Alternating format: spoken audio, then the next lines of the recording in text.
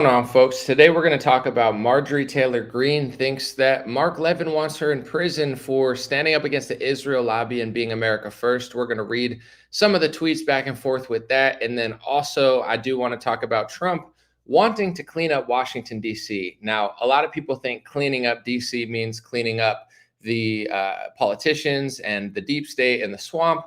That's not what I'm talking about. I don't think that that's going to happen this term, and I don't even think Trump wants to. In my opinion, Trump's become the swamp and the neocons, and he's not doing that at all. But when I talk about cleaning up DC, I mean actually cleaning up DC, like the streets of it, the crime. It is dirty there. I've been there. It's kind of gross. It's an embarrassment to our nation. I do believe that as the capital of our country, it should look way better. But Trump's idea of cleaning it up is bringing in the National Guard, federalizing it to some extent, and he's talking about that this morning. Some people are upset and think that it's martial law. Myself, I mean, I think there's going to need to be drastic measures to clean up some of these disgusting, dirty cities. So not to say that it's necessarily the right idea, but I'm being very biased here. I don't live in Washington, D.C., and I wasn't a fan when I went. I'm okay with Trump kind of experimenting there, see how it works. And, if it becomes a dystopian nightmare, then we can all oppose it for the rest of the country. But if it actually works and he cleans up the city, it'll be interesting. But anyway, that's the show for today. Give me a thumbs up on the video if it looks good. I think I figured out my issue for glitching, so I should be good today. Give me a thumbs up in the chat for that. I guess the thumbs up on the video for the algorithm, thumbs up in the chat just to let me know it's all good. Dreamer podcast starts now. Thank you guys for joining, and I hope you like the new look. Every time I'm going to improve it a little bit, and this should be the final. You see the sign, high quality stuff. Appreciate y'all. Here we are. It's the Dream Rare Podcast. Welcome to the show. The way to get the news at the desk or on the road. Let's go. God is great and success in our control. The world is crazy, but we get better from obstacles. Yeah. What's going on? We got Karen on Facebook. We got Danielle. We got Shifty Eyes. We got D Sly. We got Eddie. Danielle says it's time to go back to a dumb phone. One of my life goals, I mean, I'm not there yet, and I also don't know how to whitewater raft. I mean, I could sit in the thing and have an instructor do it for me, but go back to one of those Nokia like square phones that was like the size of your leg, and then just go off the grid sometime. That's one of my goals. I'm not there yet, and it's going to be a while. So let's get into the story. A lot to talk about today, and also I'm going to spend the rest of my day editing a really concise reporting video. I have a really good idea for it. It's going to take me a long time. So I've been compiling information to really do that later. So check tomorrow. I should have like a really high level, high quality video that I think is very shareable, very watchable as well. Today, I'm going to be a little bit more loose. Some people like that more. They say, anomaly, I like when you're just kind of wilding out, talking to the comments. Other people don't like it. So I don't know. There's a lesson in there somewhere, but I'm not going to teach it. All right. Let's get into what Marjorie Taylor Greene's saying and what Mark Levin said to her. Here's Marjorie. She tweeted out, ever since I introduced an amendment to defund U.S. taxpayer money to Israel and other foreign countries in foreign aid, I have been under the attack by AIPAC, and now Mark Levin is saying that I should go to prison. Prison for what? Not only are they threatening my position in Congress, they are now threatening my life. So Marjorie seems very annoyed / flustered that not only is AIPAC trying to throw her out of Congress, because if you guys don't know who AIPAC is, I'll have to explain it at a longer time. It's obviously a lobbying group that claims that they're just U.S. citizens who wants us to align with Israel. Critics of AIPAC say that they are basically the Israel lobby and that they should register under the Foreign Agents Act. That's what Marjorie says, but we'll stick, I'm going to do that in more detail later on all that, but I want to stick to what is going on between her and Mark Levin. Although there's going to have to be parallels and things said about that because it's very important to the story. But let me just read a few more. So here's what she's referring to. Someone said, MTG is speaking to my concerns as an American. You are not. It's that simple. I'm a Christian. Christ is king. Mark Levin said, you're a bigot. Someone said, Marjorie Taylor Greene 2028. And he said, prison, ? Suggesting that, she belongs in prison. So she responded and said, Fox News host Mark Levin is a raging psychopath. He is attacking me, lying about me, and even worse in the comments in his own post, calling Christians bigots and saying I should go to prison, all because I am unapologetically America first and unapologetically fighting for my children's generation. Ever since I called for a recorded vote on my amendments to defund U.S. taxpayer money to Israel and other foreign countries, Mark Levin's been rabidly attacking me. And then the attack started from AIPAC. Do you see the pattern? Fox News host Mark Levin, a once hateful never Trumper, is 100% Israel first and America last. Marjorie asks us, do you see the pattern? Do I see the pattern, Marjorie? You're asking me if I'm a pattern recognizer? Yes, I love chess. I love puzzles. One day I want to be on Jeopardy, although I don't know if they'll let me on because of my politics, but I'm studying. I'm trying to learn a lot of stuff, geography. Do I recognize patterns, Marjorie? Abso-freaking-lutely. And what happens when you recognize patterns? They call you a bunch of names that they made up and words that they made up because a high IQ pattern recognizer is a threat to the establishment because it means you're not stupid and susceptible to all the different propaganda that they throw at you. But anyway, without getting too off topic, Marjorie Taylor Greene is at odds with Mark Levin. Marjorie has been, in my opinion, very honest. I mean, I'm very, I try to always give the story and I try to be as reasonable as I can, but also I'm not a liar and I'm not going to act like I'm the middle of the road when I'm not. Like, I'll just let you know where I stand on this issue and why. I agree more with Marjorie Taylor Greene, Matt Gaetz, Thomas Massie than I do with Donald Trump, Mark Levin, and, all of those type of people. And the reason is really simple. I mean, there's so much you could say about this, but the thing that I brought up the most over the last 5 years, because it's important for context, is there's international hate speech laws being passed into America. The same Jewish organizations and the same lobbyist and donor organizations, not all of them, but a lot of them, that are pushing for the IHRA anti-Semitism definition in America are writing articles and op-eds bragging that it's a crime in other countries. There's plenty of Jewish organizations calling for it to be criminalized in as many countries as they possibly can. Every organization? Of course not. And I'm not saying that. But is the number of organizations zero? No. I research, I read articles, I read foreign press, I read domestic press. I see what people are saying. A lot of the organizations pushing for the anti-Semitism hate speech laws into America are like, haha, they're writing op-eds saying, look, this politician is getting arrested in Argentina for criticizing Zionism. Haha, in Germany, these people are going to prison. I know that the people pushing the speech laws into America want it to be a criminal offense in the United States of America. So this is an important situation because I see so many people now. You got people like Brandon Tatum, who's out on Twitter right now, sticking his chest out saying, I'm a proud Zionist. I'm proud to be pro-Israel. I'm proud. Everybody's propaganda and everybody's brainwashed. Here's my question to people like Brandon and everything else, right? Let's take the emotions out of it. Let's take like the left versus right, the Zionist versus anti-Zionist, Israel first, Israel last, all that stuff. Can we finally have a conversation about the anti-Semitism hate speech laws that are being passed into America with an international definition that's getting people thrown in prison in foreign countries? Because regardless of how much you like Israel, that's a threat to our First Amendment. That's a threat to our national interests. That's a threat to our entire way of life, having hate speech laws passed into America. Although it's not a crime in America now, they're trying to hype it up as much as they possibly can. Ron DeSantis flew to Israel with Randy Fine years ago, I think in 2019, and passed the first Florida bill ever passed on foreign soil. Why? Because why would a Florida governor pass a bill in Florida in a foreign country? It doesn't make sense. DeSantis broke. Congrats, DeSantis. You're a record breaker. You're the first one who passed a bill in a foreign country for Florida. Was the bill for America?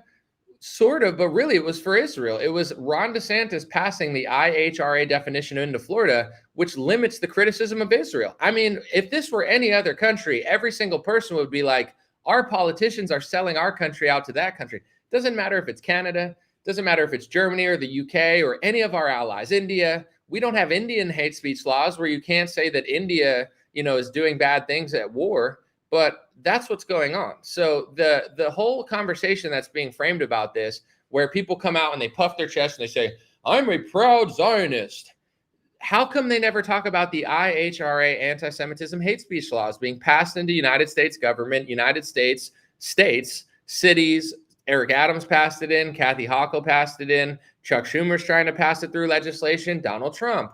It's the only thing that they seem to all agree on. You could go to a Republican's politician, 90% of them, you go to their Twitter and they're like, I'm in Israel. I'm with AIPAC. I'm with the ADL. I'm with the ADL. I'm with AIPAC. Then you go to a Democrat politician's page, 90% or 80% of them, and they're like, I'm standing in Massachusetts with the ADL. It's like, literally, it's almost like a mockery at this point. They used to hide it back when Pat Buchanan and Ron Paul used to talk about the Israel lobby. It was a hidden hand. Nobody could see it, so everybody thought they were crazy. They said, Ron Paul, you're an extremist. Pat Buchanan, you're an anti-Semite.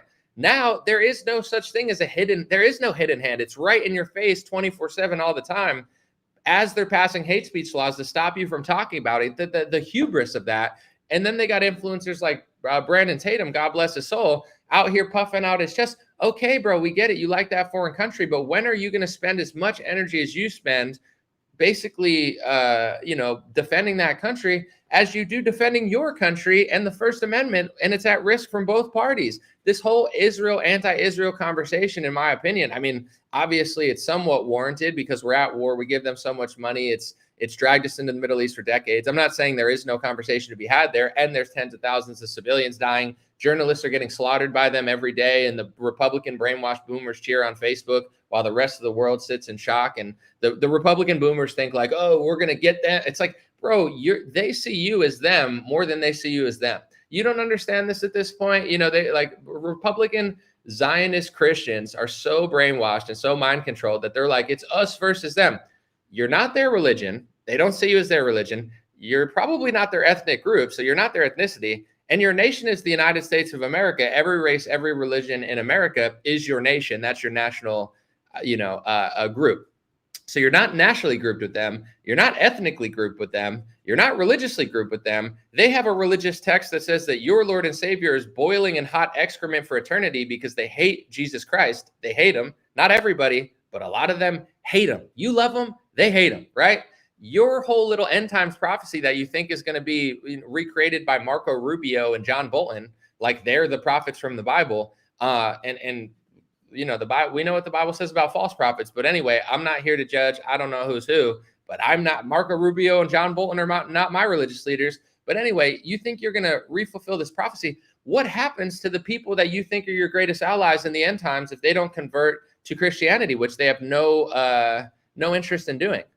They're not going to heaven in your religion. So it's like, what type of alliance do you think you have where they don't look at you as as their race, they don't look at you as their religion, they don't look at you as their nation? You have none of those. In your end times prophecy, they're all going bye-bye. In their end times prophecy, you're not one of them because you're not in their group, and they look at you just like they look at everybody else.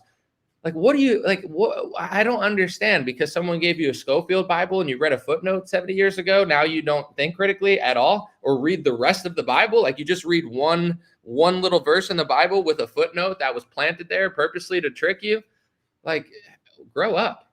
But anyway, let's talk about the IHRA anti-Semitism hate speech laws, because the IHRA anti-Semitism hate speech laws have so much hubris that they mention Jesus Christ in the hate speech laws. They say that you can't talk about the death of Jesus Christ if you're going to say blank, the group that the Bible says kill Jesus, kill Jesus. You're not allowed to say it now because biblical is anti-Semitism according to that. I bet Revelation 2:9 is anti-Semitism too, because it talks about the synagogue of Satan. I bet eventually that will be criticized as hateful. And should the United States government be policing biblical discussion or any sort of discussion, now they could say that you're hateful if you say that people have dual loyalty when they literally do. Now you're hateful if you notice that certain people have a lot of real estate when it comes to media power, which they do.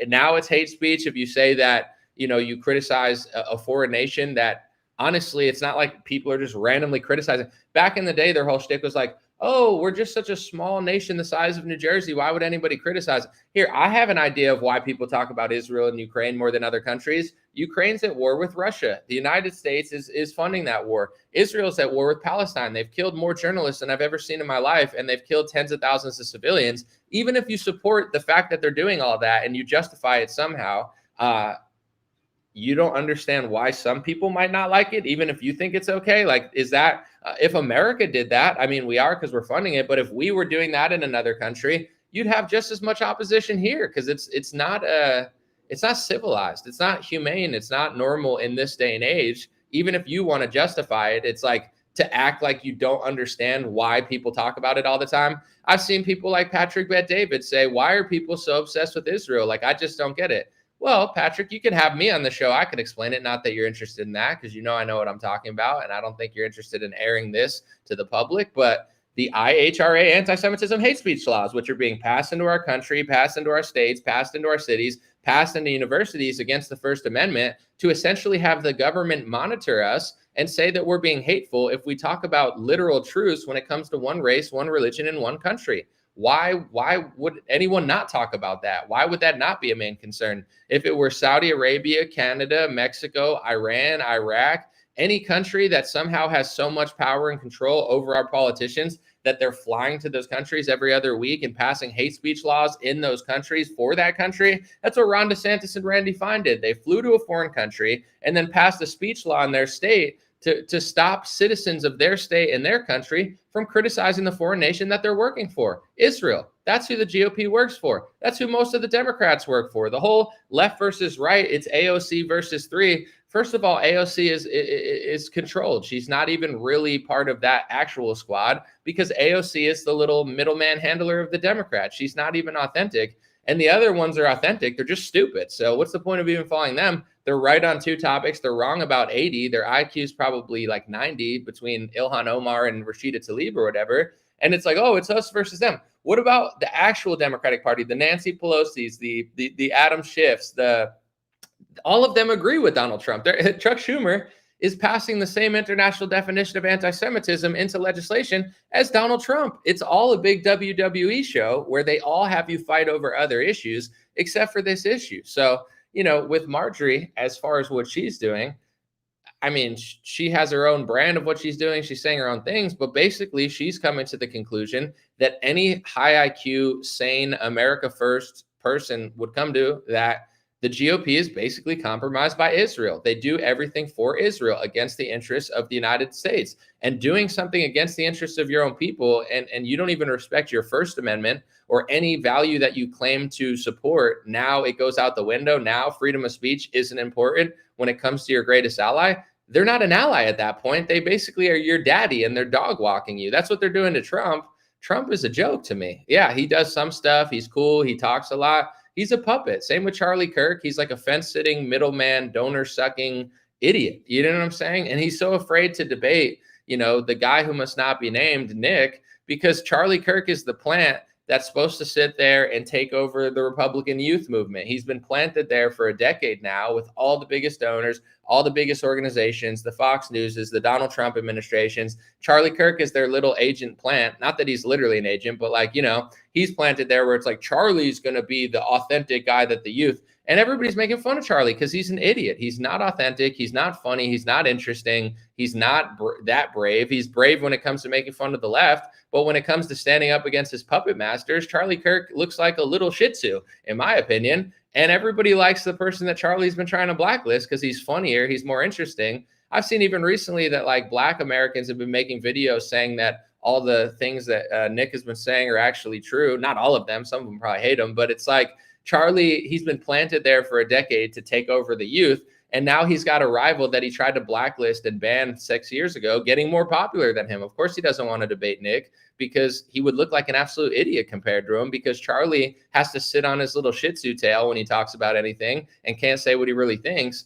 And Nick, although he might be off-putting to some, and you might hate him for a multitude of understandable reasons, it's like he would make Charlie look like an idiot. So, and this is the main topic. It's not to say that he's right about everything and Charlie's wrong about everything.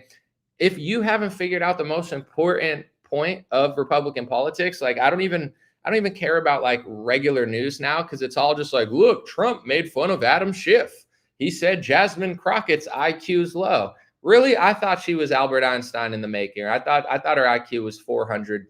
I had no idea she was low IQ. Thank you, Trump. No, but it's pretty funny. I'm not gonna lie, Trump is hilarious. But besides that type of Republicanism, that boomer slop, Fox News slop, the deep state's getting arrested. Trump, if you haven't figured out who the deep state actually is and who actually controls both sides of politics, once you figure that out, you're going to find out Trump's not fighting any of them. In fact, he's completely aligning with them to such an insane extent that he's willing to now isolate some other allies that he used to have in order to benefit the deep state, the neocons, and the swamps. When Trump ran for office, he had Tucker Carlson on his side. He had a lot of people on his side that were like, oh, that's the good thing about Trump. He keeps the Tuckers around and he keeps the Mark Levins around. He keeps, the Marjories around and he keeps the John Boltons around. I'm not saying you have to like it, but Trump is this anomaly where like you can't figure out who he is. He likes to be liked. He's easily flattered. So if you're nice to him, he's got Mel Gibson sitting there next to Kash Patel. You're like, let's see what happens. As soon as Trump gets into power, he basically tells Tucker Carlson to go F himself and then repost Mark Levin on True Social more than anyone else. Like Trump has he's willing to kick out his America First constituents in order to align with the neocons and the Zionists, because that, I guess, is who Trump is. Obviously it was always a piece of who he is, but if I could put a branding on his actual policies, because at first it would be like, he did deport a lot of people. He is closing the border, all that stuff. But if you look at every policy that he does, there's one thing that you'll notice about every single thing that he does. It's Israel first. Sometimes Ukraine first, but in my opinion, the only reason Ukraine's first sometimes is because that benefits the overarching war, which has to deal with Israel. But in general, when you look at Trump's administration, let's go through every single thing. He believes in the First Amendment, but he passes hate speech laws for Israel, the IHRA anti-Semitism definition. So First Amendment for Americans, except for Israel. So that means Israel's priorities are above the First Amendment. That's what that means. Israel first there. Let's go to deportations, right? I was like, okay, he has a mandate to deport as many illegals as he wants because that's what people wanted. That's what they voted for, right? He can't even do that. He starts trying to deport non-criminal green card holders or non-criminal visa holders who are at a college campus, some of them just for writing an Israel op-ed. And Trump knows that an American citizen can't be charged with an anti-Semitism hate speech crime for writing an op-ed, even though Trump would love to, I'm sure.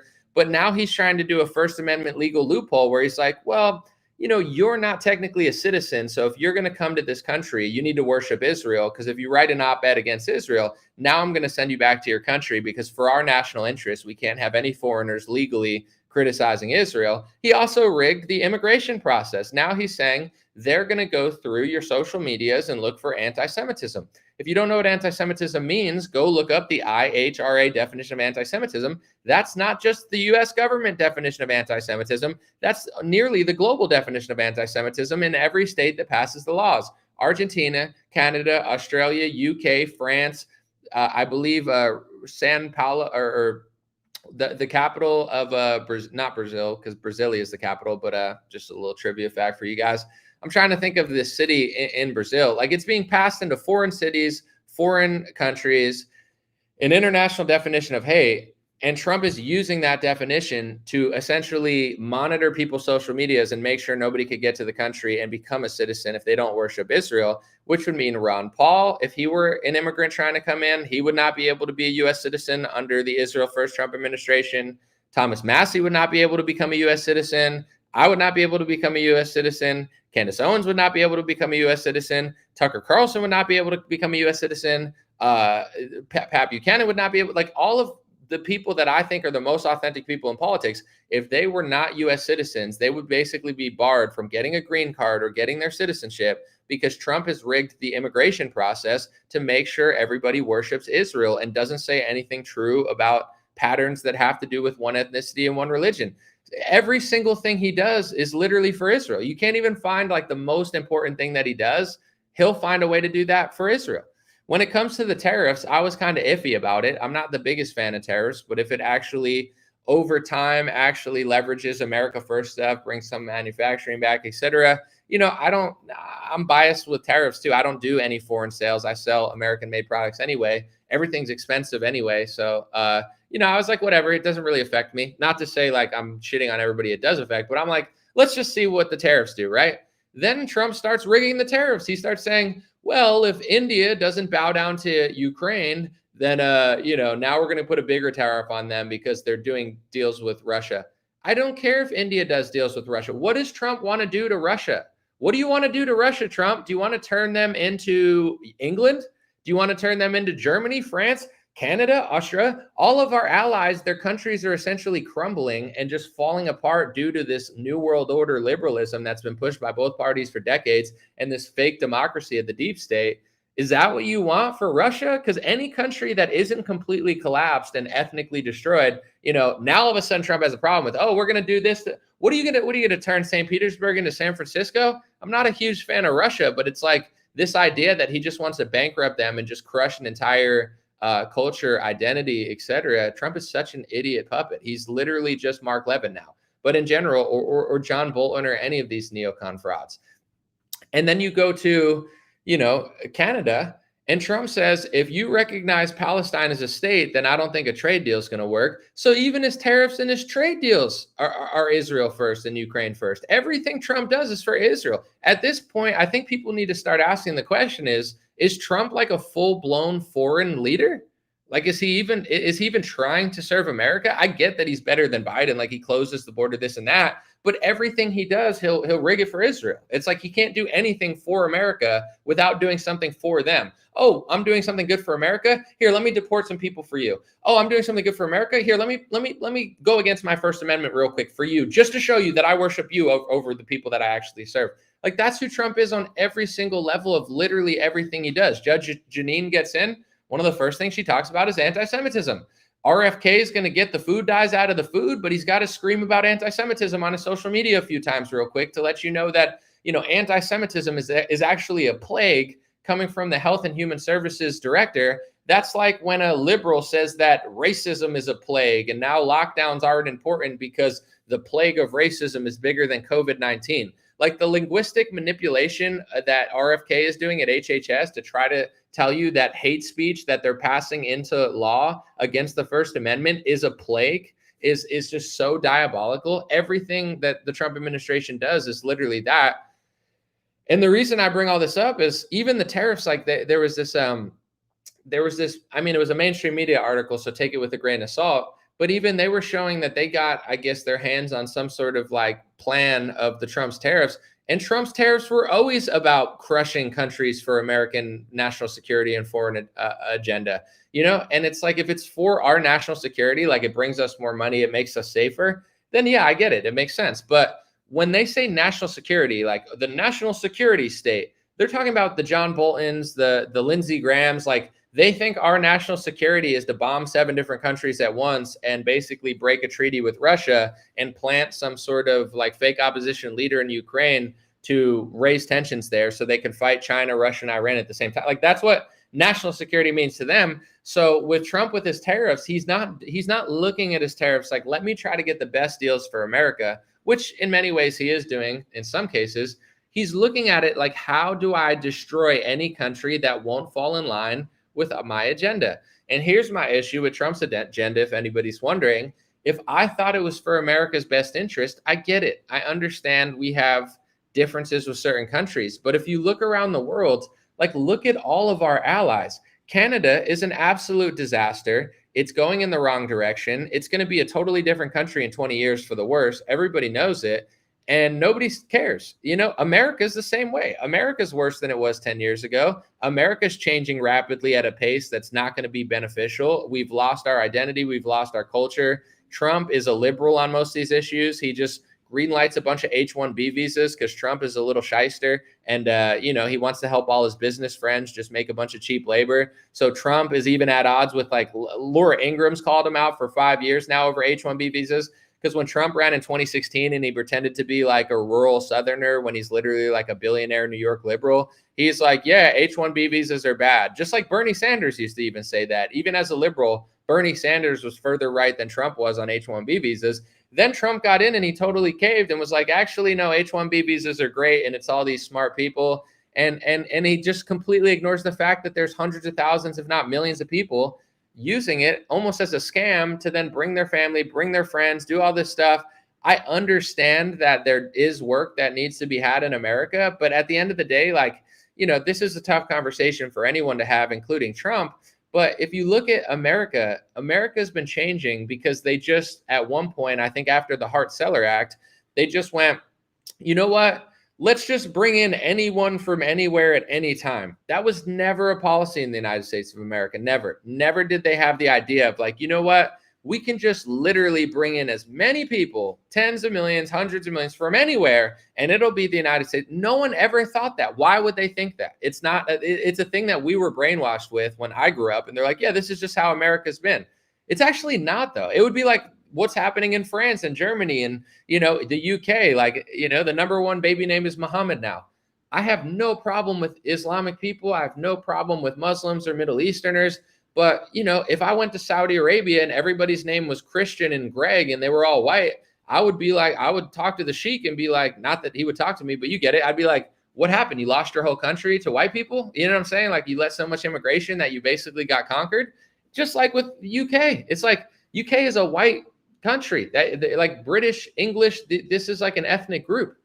Where are they? You know what I'm saying? They're getting outbreeded. They're getting replaced. They're getting completely conquered. It is what it is. But the UK, it's like however long the United Kingdom lasted, it lasted from like whenever it was founded till now. Eventually there's going to be a tombstone on that nation, and it's probably going to turn into another nation. I have no hate for anybody in this world. It's just the reality of the situation. Germany is a specific ethnic group. French is a specific ethnic group. If you replace your people and basically brainwash them into not having babies while you import people that have hundreds of babies, it's like you're done. You're gone. Your entire ethnic group, your entire heritage, your entire ancestors, it's going to be wiped away completely. Nobody's even like, you're going to be the same as like a culture that we remember from 500 years ago in the history books that no one's ever seen before. Well, like, what is Latin? I don't speak Latin, like I only know it used to be a thing. That's what's happening to these countries. So in general, you look at all of America's allies, literally all of America's allies look like that. And the reason almost all of America's allies look like that is by design. We're being essentially, in my opinion, parasitically controlled to an extent, where the people that are running the show in Western Europe and America and Canada, they don't care about us, and they show it. They have no loyalty to us whatsoever. Not ethnically, not religiously, not nationally, not spiritually, not economically, nothing. Maybe economically a little bit because it affects them, but in general, it's just like, so this is my point with everything. I don't care about China. I'm not a communist. I'm not Chinese. I've never been to China. It's not a top 10 place I want to visit. No offense, Chinese people. Xi Jinping, relax, buddy. No, I'm joking, but and same with Russia. No offense, it's cold. It doesn't look like a fun place to visit. I've heard, Russians are very cold people, but they're blunt, and I've heard that they're authentic. But in general, I don't want a vacation in Russia. I'd rather go to like an island in Greece or something. With that being said, I also don't want to destroy China and Russia. And I know what the people that destroyed our nation and the people that destroyed Canada and the people that destroyed Western Europe, and they're destroying Ukraine, and they're destroying all of our allies, and they're importing feminism, and they're importing liberalism, and they call it the liberal world order. Even the Republicans and conservatives like Mike Pompeo that are doing it are calling it the liberal world order. Why are you interested in a liberal world order if you're a Republican? They tell you what they're doing, and then somehow someone tricks you on Fox News, or some idiot compromised influencer that takes 15 trips to a foreign country and wears a funny hat. But in general, at the end of the day, it's like, I know what they want to do with China, and I know what they want to do with Russia. They want to crush China. They want to ethnically crush China. They want to economically crush China. They want China to wither away the same way Japan is about to wither away. Japan, they're losing like 1 million people a year. They've completely been tricked into not breeding.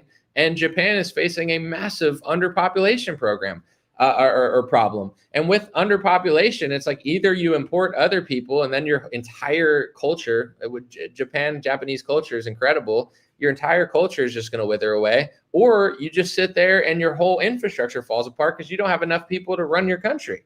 That's what's happening to our allies. They want that to happen in China, and they want that to happen in Russia. They will look at Russia when Russia looks like San Francisco, Afghanistan meets the United Kingdom, meets London, meets Berlin. And then that's when the liberal gay world order and the neocons and the Zionists and the left-wing neoliberals, they'll look at it and be like, this is a huge success. We've had huge success. We've won the war. We've won the war, folks. Won what war? Our country's falling apart. Europe's falling apart. All our allies are like liberally like deficient.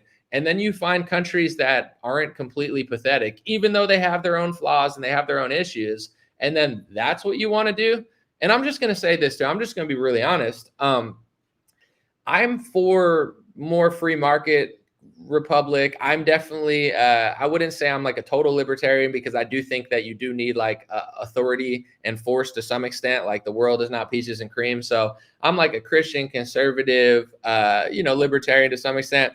That's my ideal situation, but I'm not an idiot. So it matters who's in your country. You can't just do this with anybody. But in general, you look at China and Russia and people will say, oh, they're so authoritarian, they're so crazy, which is true. They are. I'm not saying they're not. But if you also look at who's pissed off at China and Russia, it's people like Open Society Foundation, because they can't weasel their way into those countries. So when you have the United States faking democracy, running around the world, bombing people, overthrowing leaders, stealing everything, taking over banking systems, how else do you keep out the liberal gay world order? You have to get a little bit controlling of your own people, or else Open Society Foundation and other NGOs are going to get their way into your country, and then you're not going to be your country anymore. So you could find, if you Google what I said, you could find articles of Open Society Foundation complaining about Russia, complaining about China.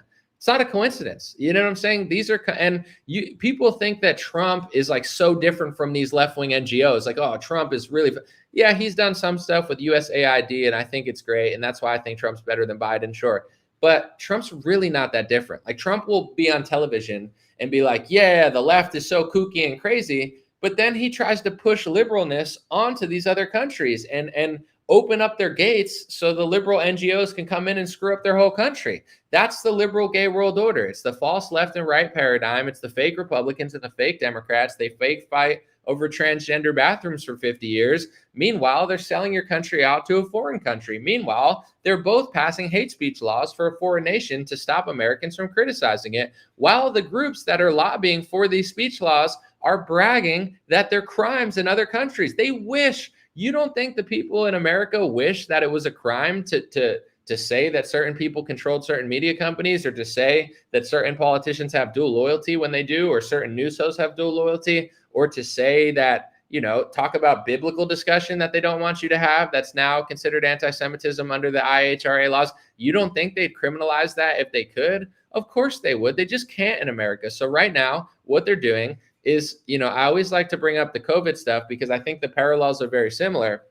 If you live in the United States of America and you knew about pharmaceutical corruption, you knew that they were doing really messed up stuff, but the hand was hidden, so nobody understood it, right? When it came to the pills and whatever else, like you look at the stats of like America's 5% of the world taking like over 75 or 80% of the pills. Whatever those stats are, I don't know if I nailed it exactly. It's insane. Our country's essentially being bamboozled, poisoned, and just like absolutely attacked through pharmaceuticals, but nobody knew about it. We're doing all these weirdo experiments in foreign countries like Africa, and God knows what we've been doing to those poor kids. But in some cases we're helping them because they absolutely, like some countries literally need our help. Apparently they can't get water without Mr. Beast over there. Mr. Beast is there. Hey, I gave him water. He's smiling with a water spigot. And then there's like 100 people behind him looking like they want to punch him. Like they all look pissed off. And I'm thinking to myself, two things. One, why is Mr. Beast the only one smiling in this picture?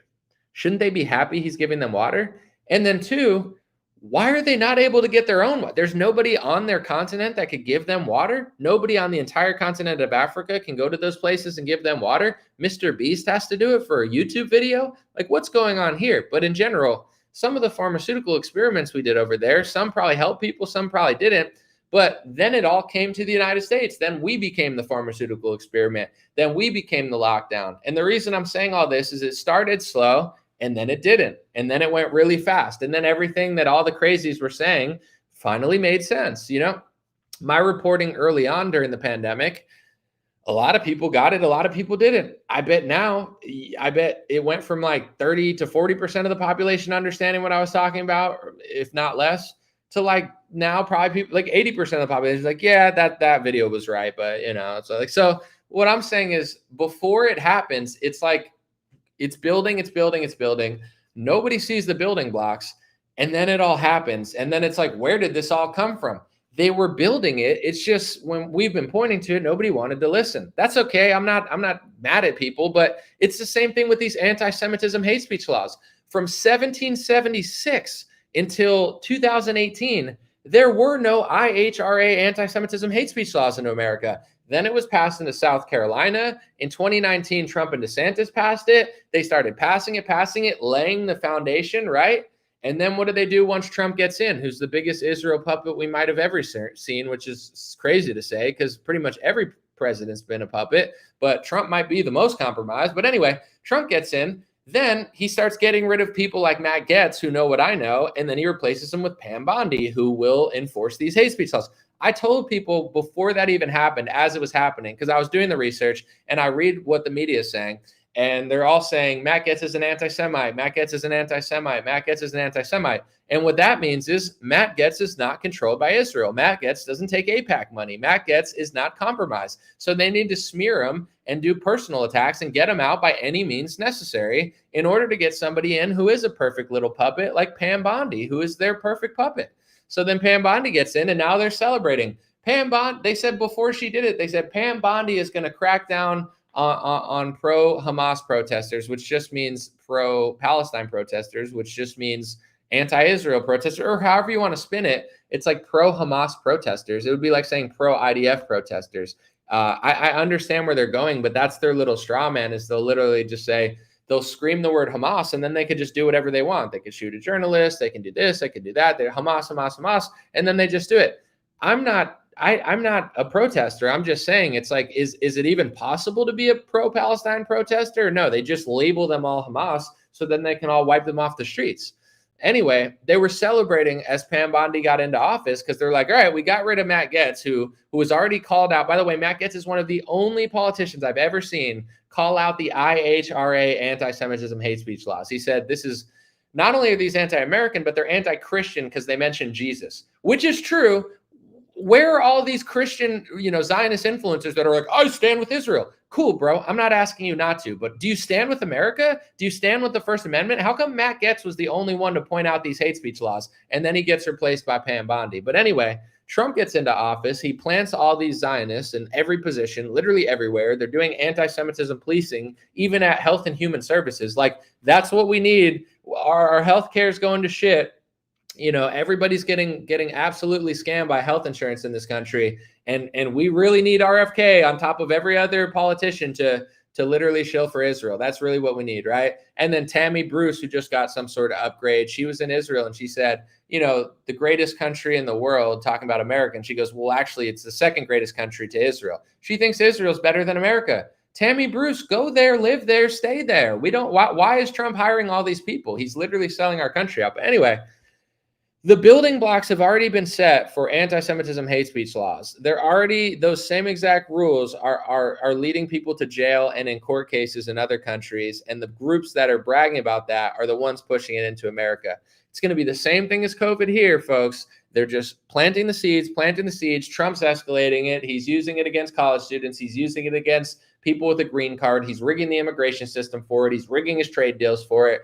And then whenever they see an end, they're going to try to criminalize it in the United States too. That's why it's important for us to peacefully, legally calm down, be reasonable, but don't give them an in. And the way to not give them an in is you got to let these people know, God bless their souls, and I'm not trying to change their foreign policy or which country they fly to, wear a hat, kiss the wall, and do whatever. But any of these Zionist influencers that say, I stand with Israel, I stand with Israel, I stand with Israel.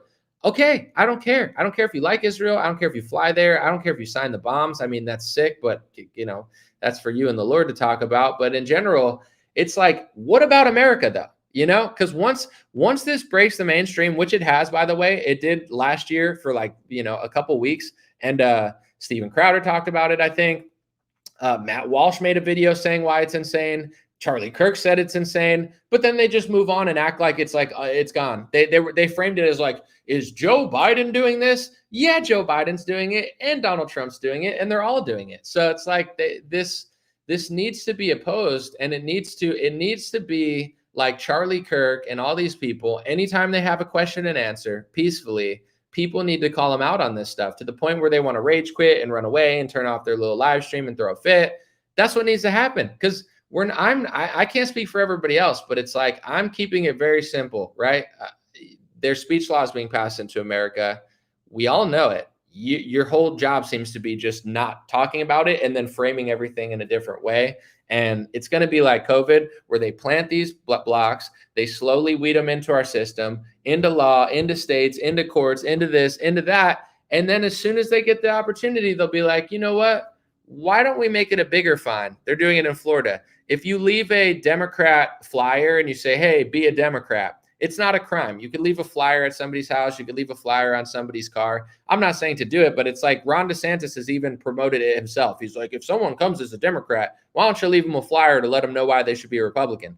That's a crime if it's anti-Semitic, apparently, because Ron DeSantis then hyped up the charges of like a flyer. So if you leave a flyer the same way he told you to leave a flyer for Democrat versus Republican, but instead you're talking about maybe dual loyalty or AIPAC or something, now that could be literally a crime. So Trump and DeSantis, all the Israel, first shills, which is like the whole Republican Party, they're all trying to figure out ways around the First Amendment. Yeah, we can't charge people for a crime, but if they leave a flyer, now that could be a crime. We could try to send them to jail or give them a bunch of fines. It's like they're rigging the system. Okay, if it's a fine to leave a flyer to push propaganda on somebody's car, then is it a fine to do any sort of propaganda? I'm fine with a rule that makes sense. No littering, right? Stay off my car. I don't care if it's a house cleaning service. I don't care if you're a Democrat. I don't care if you're a Republican. Don't put a flyer on anybody's car. That's fair, right? Don't put a Democrat one. Don't put a Republican one. Don't put a Christian one, a Muslim one, a Jewish one, an Asian one, sure. Okay, that's fair. But only one race, one religion, and one foreign country gets special felony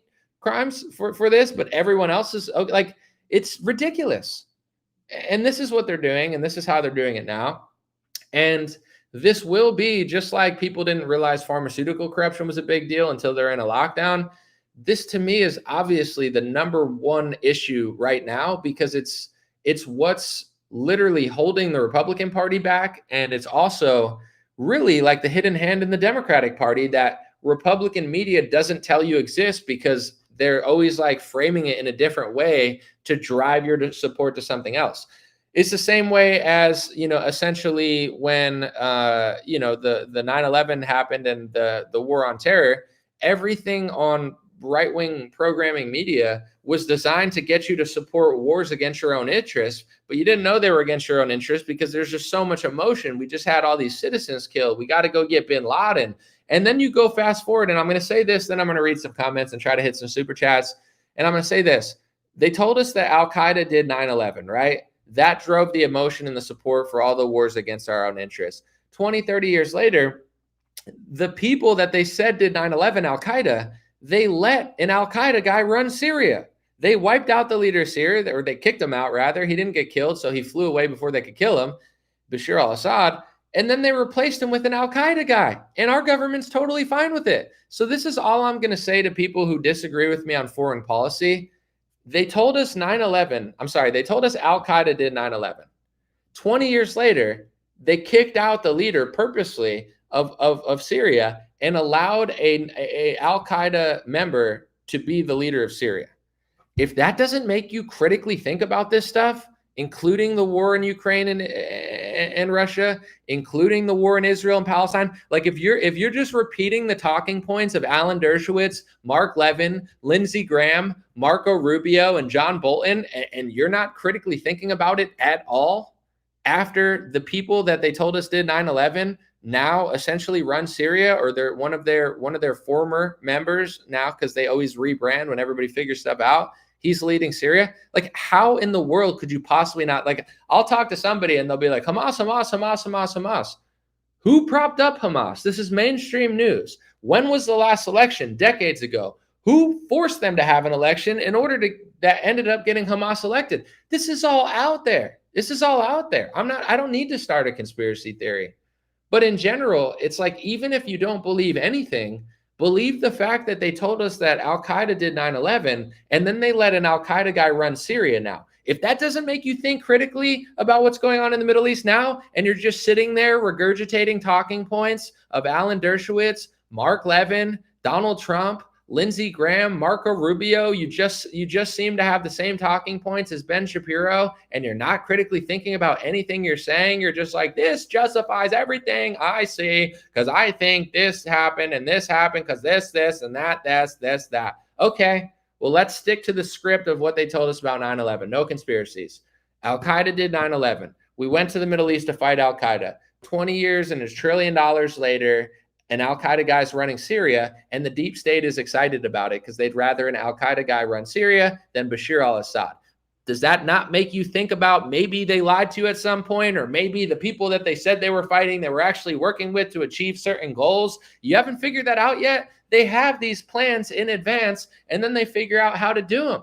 I'm sorry, but I knew, and this is no disrespect because I'm just going to be honest, I don't own the Middle East. The landmarks are changing all the time. I'm not telling Israel what to do or what not to do, but I'll just tell you, 5 years ago, I already knew they wanted to take Palestine. I already knew they wanted to take more land. They've talked about it.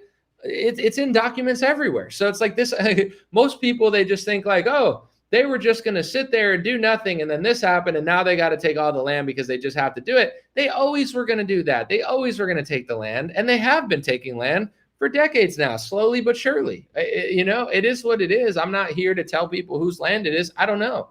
But this idea that they weren't going to do that, according to you, because you listen to like John Bolton Media and Lindsey Graham Press. Oh, I don't like Lindsey Graham. I just have the same exact views on him as like everything in foreign policy, but I hate him because he's a neocon.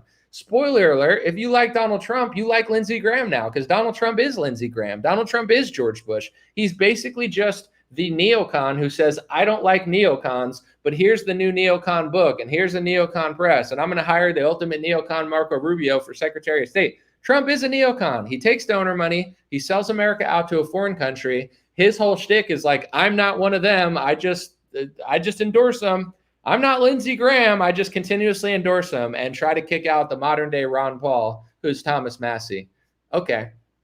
All right. I'm going to read a few comments, but I guess to wrap it up with the DC stuff too, since that's in the Facebook shut my stream off. Well, that's okay. I'm still on YouTube, but thank you for letting me know. I'll figure out why in a second, but hopefully it didn't happen. But if it did, you live and you learn. We're still on YouTube. Trump wants to clean up Washington, D.C. And by clean up, not the deep state, not the swamp, not the people he works with or the people he does handshakes with, but he wants to clean up the trash and the homelessness and the crime. And, I have an interesting take on this, I think, because like I said, I think libertarianism works in some ways, and I do believe in free markets to some extent. But I'm not a full-blown anarchist or libertarian, and I do think like only those values only work if everybody's working. Like even the founding fathers. I think the founding fathers were very libertarian, but they also weren't like liberal libertarians. They weren't like anybody can do this. They specifically said that religious and moral people can continue this country. If you're not moral and you're not religious, the founding fathers didn't think you could do America. It wasn't just like anybody from any country, any faith, any ideas, anything could do this. They were like, yeah, you gotta be moral, you gotta be religious, you gotta believe in God. I mean, I don't know that they specifically said that, but like a core majority of the population had to stick to a certain thing in order for it to work. And now our country doesn't have that. We have homeless everywhere, we have trash everywhere, we have an insane welfare system. And the streets are disgusting and every city sucks. I don't think libertarianism will fix the streets and the cities. But also I'm not blaming libertarians. I'm just saying this country's a mess. Here we are. I don't know exactly what Trump is actually going to do or how he's going to use the National Guard.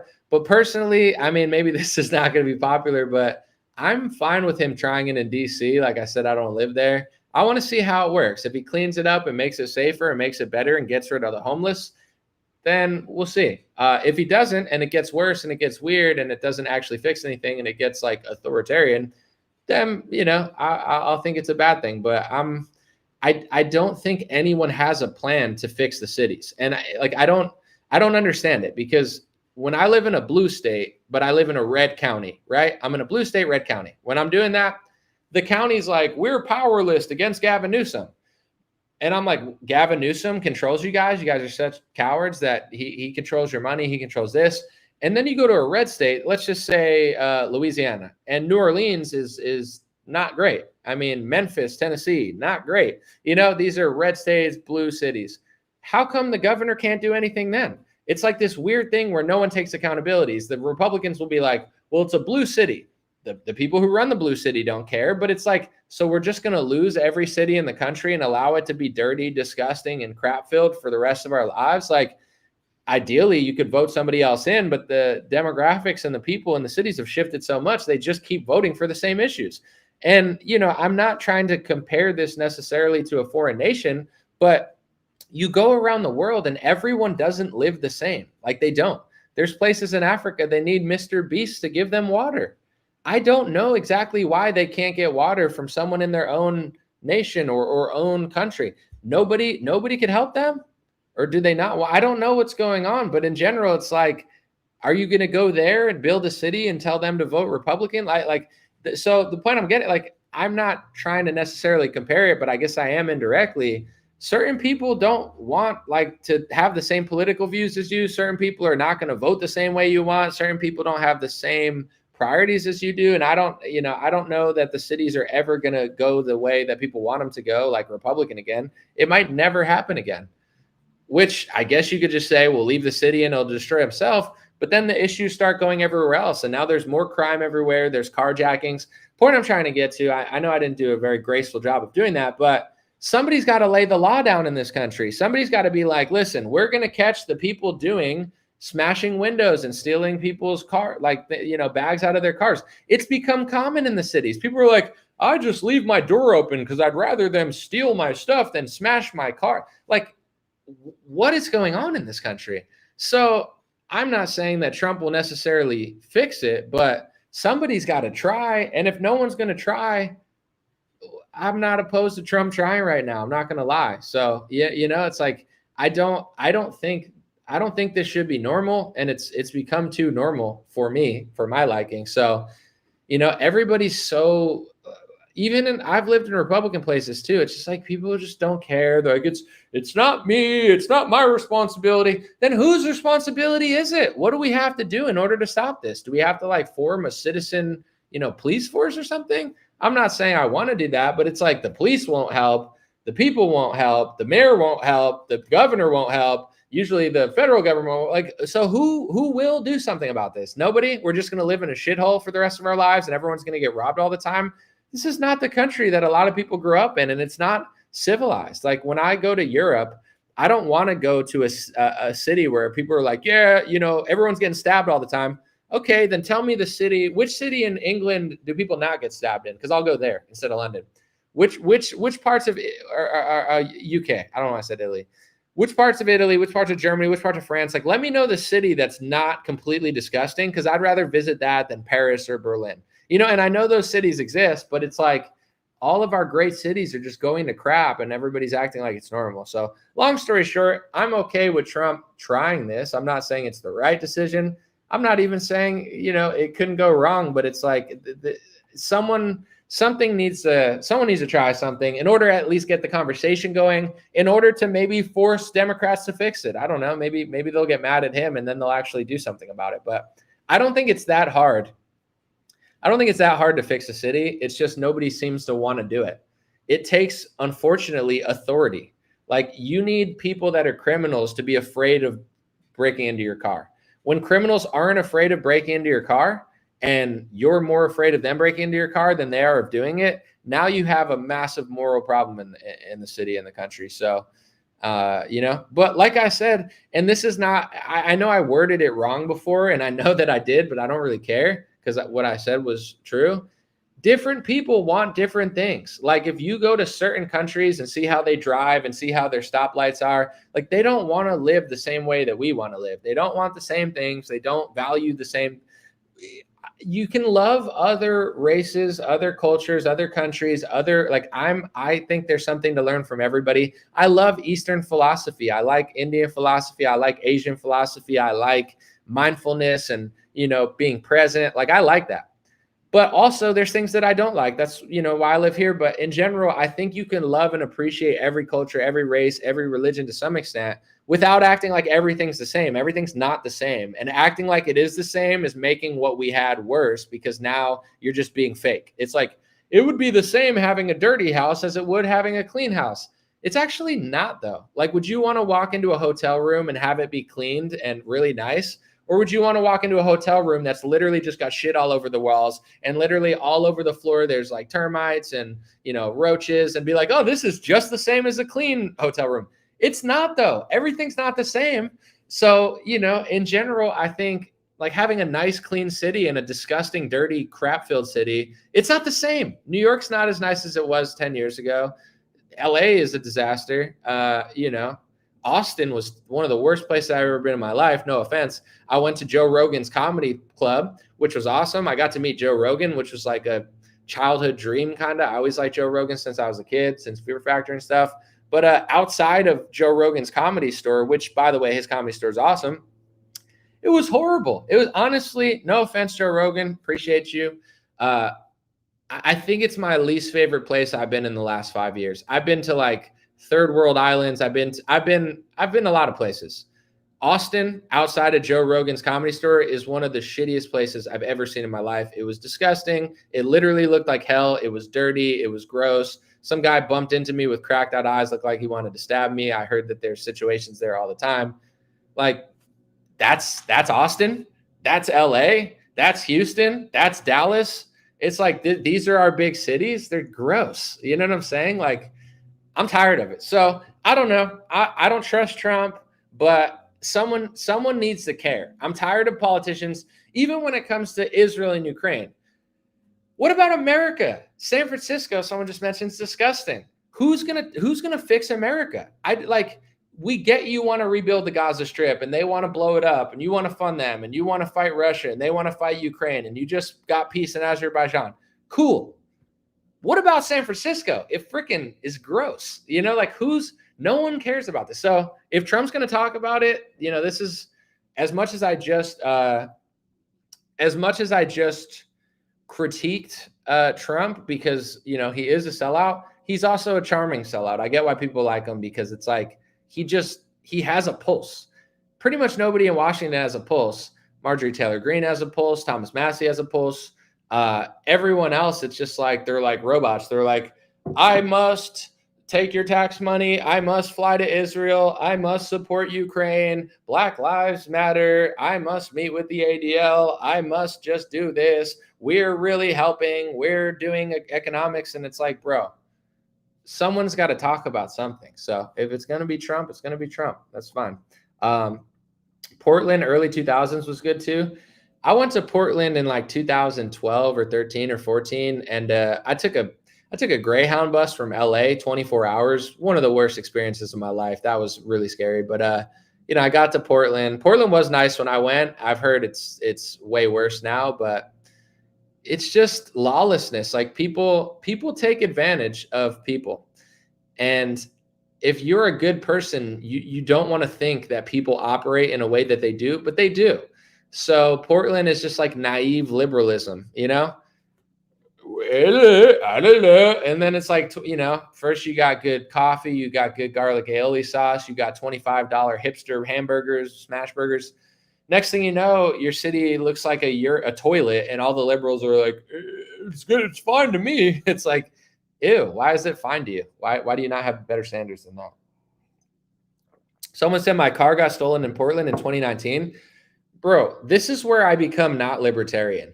I think the government has a responsibility to some extent. Like if this country, if we're paying so many taxes and they're talking about national security and we're paying trillions upon trillions of dollars over the course of 10 years to the military to protect our country. I'm sorry, but fighting in Ukraine is not protecting America. Fighting in Israel is not protecting America. America needs to be protected from criminals in America. I'm not for authoritarianism, but if we're paying trillions upon trillions of dollars for national security and they can't even secure your car in Portland, then what the F are they doing? They got cameras outside everywhere all the time. I'm not asking them to spy on you in your house, but if you have a public camera on a stop sign, go find who broke into the car. Like, that is their responsibility. And they already have surveillance everywhere outside. Everywhere is being surveilled. It would be fine if they actually stopped violent criminals, but they can't seem to do that. It's like they'll give you a parking ticket and they'll be like, sorry, sir, you parked in a spot that we said you're not supposed to park for a $50 fine. Bro, 15 cars just got broken into right over here, and you're talking about me parking in a freaking parking lot. Like, get the fuck over here. Excuse my language, but it's just like, that's where, sorry, sir, you're driving 80 in a 65, even though technically you were driving safe, but I mean, it's just a little too fast for us. And, you know, we saw this car going 150 earlier, weaving in and out of trucks, almost killing 15 people, but we let him go. But, you know, you were driving straight and normal at like 85. So now we got to make your insurance go up to $300 a month. But meanwhile, we're arresting you. There's going to be 50 cars getting broken into to the side of us, and we're just going to ignore that. Does that make sense to you, sir? No, you fucking idiot. Go stop actual crime. Even in like Republican areas too, they don't even care. Like they're like, it's not my responsibility. I don't know about that. It's like, do something. No one cares. Make America great again, Trump. Help us, Donald. I don't think Trump cares either. I just think Trump cares about where he goes. You know, he's like, DC, it's disgusting. It's gross. He's going to fix DC and he'll probably just stop there. Be like, all right, well, you know, Mar-a-Lago, Bedminster, and DC are all clean, you know, Scotland or wherever he flies. And then he'll just be like, all right, that's enough. Like, I don't think he's going to fix every state, nor does he necessarily have to, but somebody's got to do something. Like, I don't know, the governor, the mayor, like, I don't know. Someone said our Wi-Fi can extract our exact location. I'm sure it can to some extent. Let's see. Cops just want paychecks. I mean, I'm sure there's some good cops, but in general, like I don't know. You know, I think it would take some more investigation, talking to police officers, talking to people to figure out why no one's doing anything. Because you'll talk to like a police officer, and like a good police officer, and they'll be like, you know, our hands are tied by this person. And then you go to that person, they'll be like, well, our hands are tied by this person. And then you go to that person, like, well, we're like, there's always like someone over someone, like puppeting them, telling them they can't do it or something. So, you know, it would take a lot more than me just being annoyed on my live stream. Someone said, anyone else from Australia? I might. That's my Australian accent. I might. I got to work on it, but I want to go to Australia. I think I have, like, if you look at my cities, my demographics, it's like number one's like American city, number two is American city. I think on Facebook, number three is like Perth or Sydney or something. I got to check, but I have a huge fan base in Australia, which is awesome. Someone said ACAB. Does that mean all carpenters are ballistic? All crabs are boring. All cops are Barney? I don't know. You got to let me know what that means. ACAB. No, I'm just kidding. I know what it means. I'm just trolling. Where's the plan written? What plan are you talking about? Someone said U.S. is 4% of global population, yet 25% housing of prison inmates. Something is wrong, people. I was more liberal in high school. I actually wrote my senior paper on the prison system. But I'm going to be honest. I'm just going to have a very honest moment with you guys. The reason I cared so much at the time, one, I thought I was fighting racism. Also, I smoked marijuana and I just thought people were getting arrested all the time for marijuana. So I was like, I'm going to do my senior speech on why they're throwing too many people in jail. I was a degenerate. I was doing dumb stuff. And once I became not a degenerate and not doing dumb stuff, then the police didn't bother me as much as they did when I was an idiot. You know, when I'm doing idiotic things, the police, I'm like, I got to fight the prison system. As soon as I stopped being a degenerate, I was like, oh, yeah, I'll be all right. You know, and I'm not saying that the prison system and the law is perfect. It's obviously not. But in general, just like we have to look at why we have so many people in prison, we also have to look at why there's so many people committing crimes. It's not like we have 25% of the world's prison population, yet like the streets are clean and safe like El Salvador. Like the streets are shittier than ever. So it's like, as much as maybe some people in prison don't deserve to be in prison, there's got to be hundreds of thousands of people that probably should be in prison because they can't stop breaking into people's cars every other day. There's probably like thousands of car break-ins in America every day, and probably like less than 10% of them get caught or something. I'm just spitballing these, but it's like when I was liberal, I understood that. I'm like, why are there so many people in prison? Now that I'm older and not a degenerate, it's like, why is there so much crime? Why is every city dirty and disgusting? Why do people feel feel okay to just do crimes all the time and just do immoral, insane stuff? Like, why are people going nuts? So, I understand. I understand both sides of that equation, and I think like the adults should come to the table and have a real conversation about not just crime laws, but how do we make the city safe? And I guess at this point, it's like, yeah, I don't know. When people committed a crime where I lived like a year ago, and it was like one of the worst crimes they'd ever seen, that person came from Los Angeles County, and they had like a rap sheet of like 8 or 9 crimes. So if they actually would have been thrown in jail, they wouldn't have killed a lady. But they killed a lady because the DA of Los Angeles just lets everyone out of prison because they have that mindset. They're like, there's too many people in prison.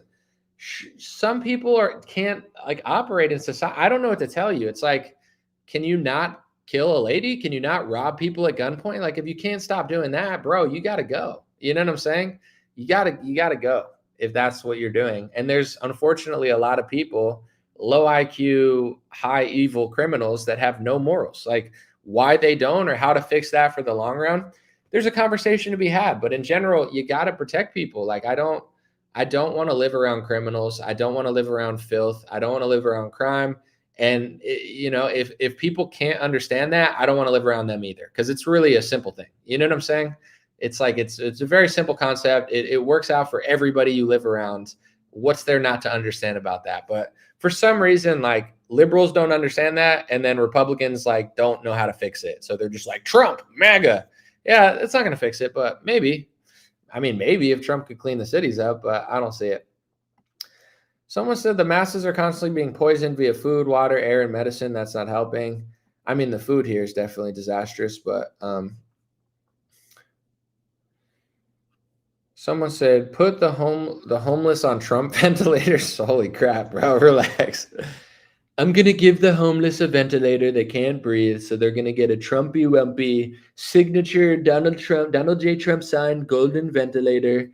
If you're going to be disgusting, breathing loud with your disgusting, dirty breath, you crackheads, you might as well have a Trumpy-wumpy signature gold ventilator to breathe on. And then they're like, Trump, your ventilators are killing all the homeless people. They're dropping dead. And Trump's like, listen, okay, Operation Warp Speed was a huge success. My ventilators have saved a billion, trillion, bazillion people. I've heard from Alan Dershowitz, a good lawyer, and the Fox News, even though I hate them, but sometimes they compliment me. I've heard that I've actually saved a lot of people in other universes. There's a trillion people in a universe far away. Even Neil deGrasse Fed Bison Tyson, he told me that. I mean, he's a little bit fat, okay, but I'm not racist, okay? It's just I just don't like him because he's a liberal. He told me that I saved a trillion people in a different universe far away. So, I mean, maybe that's just what I'm doing with my ventilators, my golden ventilators. Well, you see, in a universe far, far away, there's something called climate change. And, if you really think about it, if you're out there voting for a Republican and not getting your vaccines, then, you could be contributing to climate change and cow farts. Thank you, Neil deGrasse Fed Bison Tyson. We appreciate you. Thank you so much for coming on CBS. My pleasure. Anytime. That's my Neil deGrasse Fed Bison Tyson impression. Someone said Trump is an honest man. He just defines his words using a different dictionary. I don't even know what that means, but okay. Someone said and remdesivir blanked a lot of people. I don't know. According to AI, Operation Warp Speed was a huge success. Okay, everything was perfect. It was beautiful. It was big. It was socialism, but my supporters now, they don't even care about socialism. Like and I might actually literally make a documentary on this, but I could literally make a whole documentary on all the nonsense. It's like, let's just say you don't believe anything was bad with Operation Warp Speed, which pretty much no Republicans believe. Are you okay with like a massive socialist? It's not free market capitalism when the government literally just funds a bunch of pharmaceutical companies. Like, now Republicans are pro-socialism and borderline pro-communism because if Trump does it with the pharmaceutical industry during a lockdown, now it's secretly a good thing. Like this is why I rag on Republicans more than Democrats. It's not because Democrats are good. It's just like Republicans are supposed to be our party. They're the opposition to tyranny. They're supposed to be the small government party. And they're constantly just like brainwashed into supporting communism. They're like, well, socialism's bad, but when Donald Trump does it with Pfizer, Moderna, and Johnson Johnson, now it's good because I put on my little hat and I fly to foreign countries and I get invited to Mar-a-Lago. So now I'm going to trick boomers into thinking it's a good thing. And they're like, yeah, nominally relax. I mean, we just got told it was a good thing to save the world. It's like, no wonder why the youth hates you. And I don't believe in hating someone, but it's like, you don't understand why 20-year-olds literally hate your guts. Usually the youth loves elderly people, right? You're supposed to love your elders, respect your elders, appreciate your elders. I would argue that most younger people despise the elder generation, like literally hate your guts, which is not good. And it's not normal. And as much as you could blame the younger generation for being such weirdos, also you raised them. Like you raised them to hate your guts, and they hate your guts because you're so delusionally wrong about everything that you don't even realize. Like, I'm not saying everything. There's a lot of things that boomers are right about, traditionalism, etc. But it's almost like this selfish traditionalism where they like gatekeeped it all to themselves. They just did it, didn't raise the youth, left everyone out to dry. And then when the economy got so destroyed by inflation and all the foreign scams that all the boomers bought into, then they sit and look at the 20-year-olds and they're like, yeah, go get a job. It's like the job that you worked to afford a house and a car. Now you have to live in a shitty ghetto, and now you can't even afford anything, and you're in debt with the same exact job that you had because inflation is like times 5 what the value of everything is. There's no way to afford a house. Like, you have to be like a literal millionaire to afford a house in a nice area that you won't get robbed. And then you still might get robbed because all the shitty problems of the hood are now coming to the suburbs because, you know, everybody can travel and use technology now. So it's not, there's no like hidden gems because everybody has like delivery drivers and, you know, nonstop coming back and forth through your neighborhood. But in general, I'm not saying hate is good, and I don't hate, but I understand, like, as somebody who's a registered Republican, as somebody who loves the boomers, as somebody who votes conservative, I understand why liberal youth hates the older generation. I understand why they hate Charlie Kirk, and I understand why they hate Republicans. Not justifying it, not saying it's right, but it's like, I don't like Charlie Kirk, and he's supposed to be my guy. If I don't like Charlie Kirk, how could you imagine? Like, he's not a good messenger for those kids, but you know, he's better than nothing, I guess. I don't know. Let's see. Someone said usury caused the housing market bubble. Definitely doesn't help. I don't know if it's the only cause. I think inflation, debt, foreign wars, COVID, I think everything plays a role. I'm sure usury doesn't help. Someone said, remember when everyone thought Trump was joking about redeveloping Gaza and he wasn't? I probably said in a live stream 5 years ago, that they had a plan to take Palestine. Like, when I used to believe Prager, which is a very small period of time, he would be like, why does everybody hate this small country? They're just trying to defend themselves. Like, at one point, I probably believed that. And then I started doing more research because I've always been open-minded. And then I'm realizing, like, they had this, then they grew. Then there's videos online of them just taking over neighborhoods. So I'm like, so if they were just trying to stand there and exist and not do anything to anybody and everyone's attacking them, it's possible. I'm not saying it's impossible. It's like, yeah, no, that makes sense. But once you realize Israel's been expanding, 4 or 5 years ago, I started researching and I'm like, oh, I've come to the conclusion they want the greater Israel. They want parts of Syria. They want pretty much all of Palestine. They're not just simply trying to exist. They're trying to expand and take over everybody else's land. And look what's going on. Trump gave them the Golan Heights. The whole Syria thing, which is like totally, everyone's like, oh, I'm against the regime change in Syria. Who do you think that was for? And why is there an Al-Qaeda guy now? But anyway, without Bashar al-Assad, now you have probably Turkey, Israel. Like, they're probably going to take pieces of Syria at a certain point, you know, maybe both sides, maybe, you know, it's hard to fully understand everything because Turkey has their own agenda, you know, Azerbaijan's doing this, Armenia's doing this. It's a confusing region. I'm not going to pretend like it's not, but this idea, like, there's people that are so brainwashed by like the last year or two of Zionist propaganda that they think that Israel never took any land and never had any plans ever to take any sort of land ever in their entire lives until this day happened. And then that all started. They were always going to take that land. I'm sorry. That just gave them justification. I'm not saying it's not real. I'm not saying it's not justified. It's justified. I'm not saying it's not real. I'm not saying it's justified. I condemn any evil, any horror, any terrorism, any innocent lives taken, obviously. But this idea that that wasn't going to happen, if that didn't happen, I don't believe that. I just don't, because I've seen proof that they always wanted that land. But once that day happened, now there's the justification. And now they're slaughtering so many people over there with and now I have to pretend like that's okay. It's like, it's okay that they just go after journalists purposely because, we can't say purposely because that's a hate speech crime. It's sick. I mean, the whole thing is sick, but it's like Ukraine. It's the same thing with Ukraine and Russia. You could sit there and say, Putin invaded. Sure. But nothing happened before that. History started on that day Putin invaded. Ukraine was just sitting there meditating, never doing anything wrong, totally being honest, and then Putin invaded. No, America basically regime changed Ukraine. America broke the treaties. America infiltrated. America probably funded a coup there.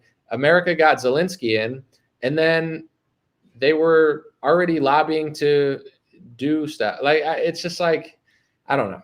If you're honest about anything, everybody just yells at you. That's by design. It's like this propaganda lie where they're like, yell these words, act like history started on this day. And then if anybody disagrees, just call them a bunch of names that they aren't and say that they believe things that they don't. And it's like, I don't know. My understanding of the Middle East, although it's not perfect because the Middle East is very complex, but it's not like I listen to what Fox News hosts yell at me in loops and what Lindsey Graham says and be like, that's my thought. That word does that. That's that. It's like, that's most people. They're like, that. It's like, you have no one, how did I know 4 or 5? Am I a prophet? Did I just magically know that they wanted to take Palestine? I just so happened to just get lucky. Just like I just happened to guess that they were going to do mandatory vaccinations in 2019. I must get messages in my sleep, right? No, I read legislation. I listen to interviews. All of this stuff is out there. They just know people are not smart enough to look at it and consider it. So, it's the same thing. It's like I knew they were going to take that land 5 years ago. I knew they were going to mandate vaccines before the lockdown. Why? Because they publicly were already doing it and talking about it and passing executive orders for it. That's how I know. I'm not a prophet that just saw a vision on the wall. Mandatory vaccines, 20. I could pretend I'm that and get a QAnon following of a bunch of people that think I'm like a godsend. But the reality is they were doing it. It's just most people don't see it. They don't look. They don't listen. They're listening to propagandists. They're listening to brain rot fake opposition media. And that's what brain rot fake opposition media does to you. They repeat things in loop like your Pavlov's dog, and they ring a bell. So then you start drooling. We got to go fight Al-Qaeda in the Middle East. But actually, it's now Gaddafi, and it's Saddam Hussein, and now it's Russia. Wait, now we're fighting China? And it's like, it doesn't make any sense. Even if you're following the narrative, it doesn't make any sense. I always say this. I don't even have to make up a conspiracy theory to prove that they lied to us. They told us Al-Qaeda did 9/11, folks. I don't understand how boomers aren't processing this. You talk to a boomer in 2001 to 2010, you say the word Al-Qaeda, dude, they'll be like, I'll go out back and do what I need to do to Al-Qaeda myself. Dude, Al-Qaeda was enemy number one. Boomers don't even realize that we overthrew the leader of Syria, and now an Al-Qaeda guy runs Syria, and Republicans are fine with it. How are boomers so stupid? How are Republicans so stupid? And Democrats for that matter. But I'm not trying to pick on people, but it's like Al-Qaeda was enemy number one in your head for doing 9/11. And now you don't even seem to notice that they're running Syria because the people you listen to on the television are fine with Al-Qaeda running Syria because they helped them overthrow Syria. They fought alongside and probably gave weapons to, directly or indirectly, to them to overthrow the leader of Syria purposely. So it's like, no wonder the youth hates you. You're idiots. I'm not trying to be rude. I'm not trying to be ageist. But for 10 years, you guys are sitting there freaking out about Al-Qaeda. And now you just don't even give a crap that the people on the television aren't telling you that Al-Qaeda took over Syria, or at least their guy is now the president of Syria, was planted there, and the West helped him get there by overthrowing the leader with him. Why would anyone take you seriously? Has nothing to do with whether you like or dislike Israel. It has nothing to do with whether you are or aren't a Christian, whether you like or dislike Trump, or whether you're conservative or libertarian. Like, it's not even about that. It's just like, you're stupid. It's not even about, oh, you're too conservative. You're too, like, you're a joke to everybody. How could you not be a joke? You freaked out about Al-Qaeda for 15 years, and now you don't even realize you're essentially on the same side of them.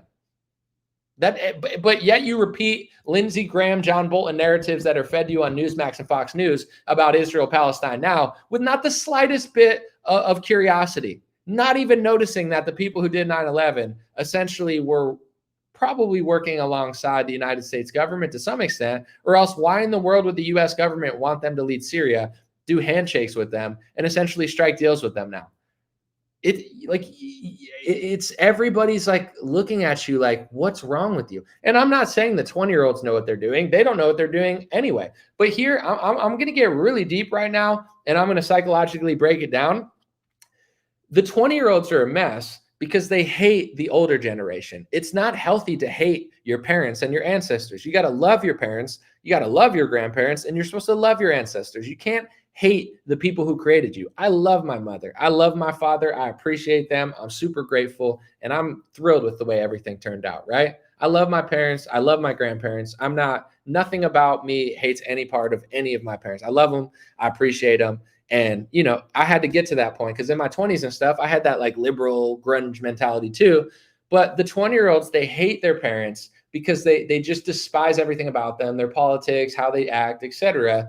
And because they hate their parents, they're basically rejecting their ancestors spiritually. They're rejecting who they are because regardless of what you want to believe, you're half your mother and half your father. That's what created you as a child. So when you're hating your parents and you're hating your ancestors and you're hating your race and you're hating your country, you end up hating yourself. And when you hate yourself, you end up looking like these liberals. They look like they hate themselves. They're doing drugs, not all of them. They're living in these crap hole cities that are filled with urine because they don't want to go to their suburbs where their nice parents live because they're going to live the city life and they're going to do this, but they're living in a toilet bowl. So it's like this whole spiritual confusion going on where, the older generation is being absolutely delusional or obnoxious.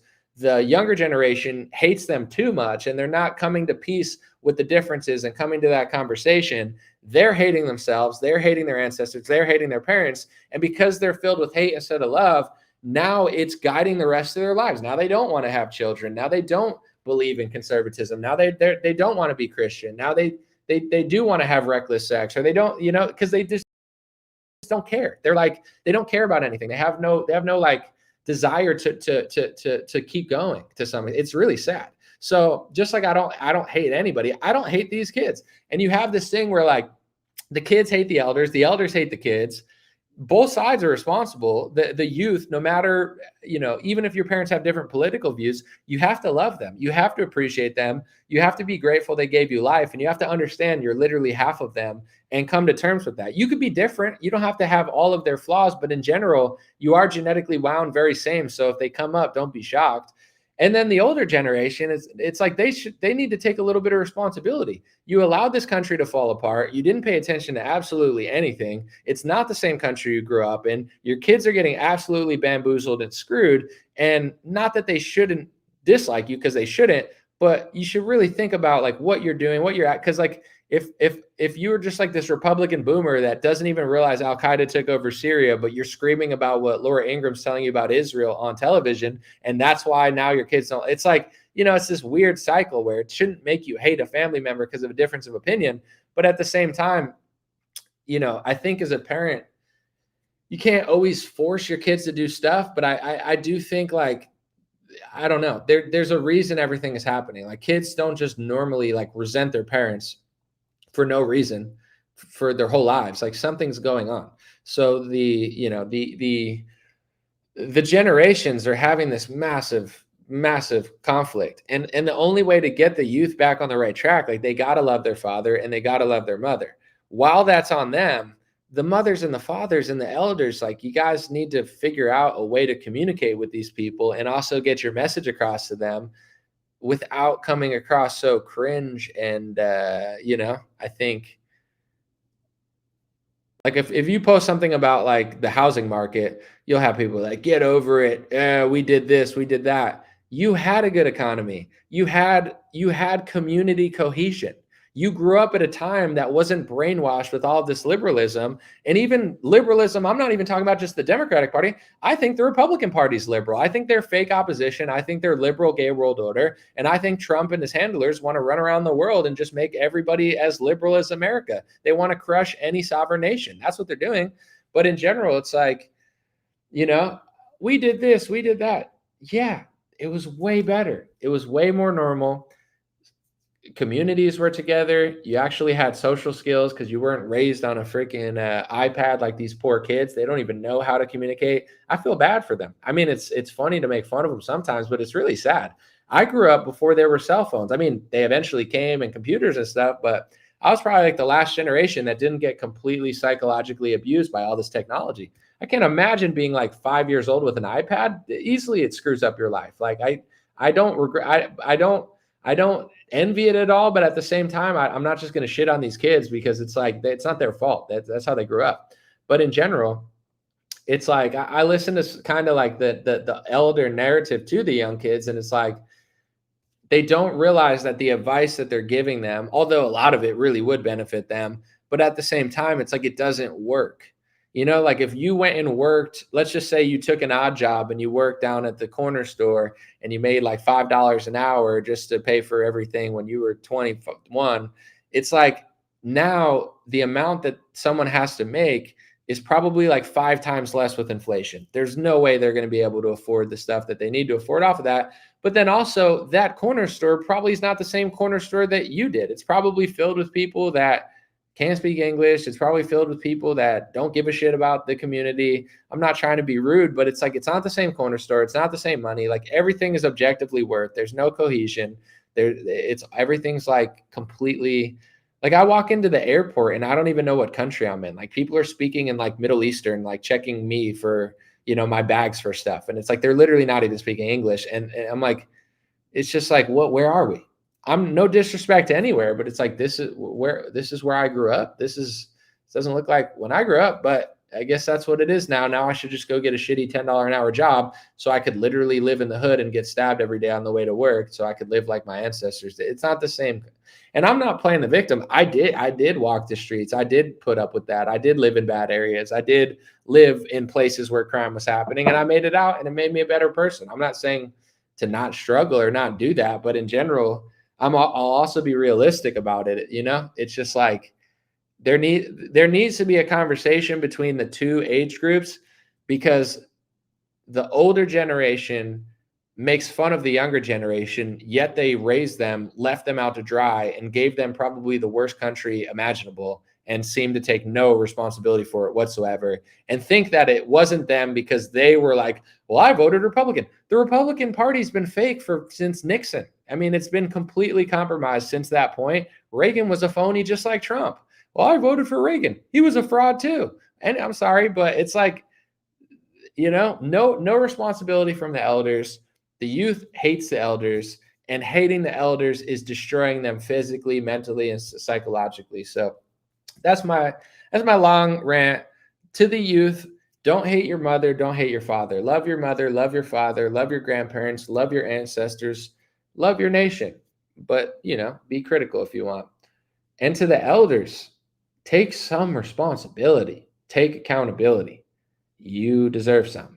Not 100%, but it's not zero. And it seems like the elders take zero accountability for anything. Well, I did this. Well, I did that. You got tricked. You got tricked really bad. And you getting tricked, the country went like this, and then it went like that. You got tricked really bad. And no offense, but when you got tricked, it was way easier to counter, because now it's so far gone, it's almost impossible to counter. Like we have a very small percentage chance of actually getting back to what this country could be. Like we're almost nationally broken. Like I would say if there were odds, it's like there's a very low percentage chance that we could turn this all around. And when you should have been paying attention and you weren't, and you were just doing what society told you to do, the country sunk for future generations so low, but things are cycles, and past generations did way harder stuff, like coming to this country and fighting in war. So, there's always going to be a struggle. It's not like this younger generation can't handle it. But, I think that's just my unsolicited advice. The younger generation needs to love their parents and stop hating themselves, because the more they hate themselves, they just become pathetic people.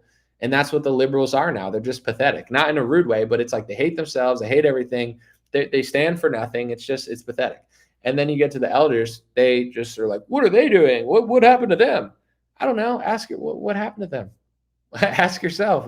How did they get that way? Not being raised properly, having no guidance. Like, I didn't turn out that way.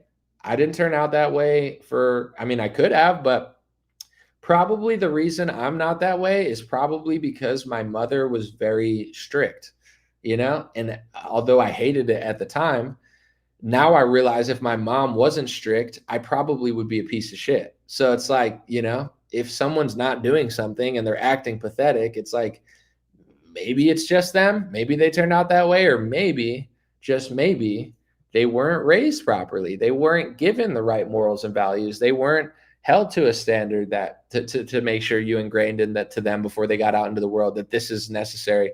Because like, if you don't tell your kids something, eventually they'll figure it out. Like, you could be really nice to your kids, but the world is not nice. Being broke is not nice. Having to work for someone else is not nice. Like, the world's not nice. So, at the end of the day, it's like, it's not mean to try to guide your kids in the right direction, because at the end of the day, they're going to figure it out one way or another. And it's like, regardless of your job, there's going to be an exchange. It's going to be, you're going to work here and they're going to give you this money to be here. So that's like the entire workforce is an exchange for your time and money and your labor.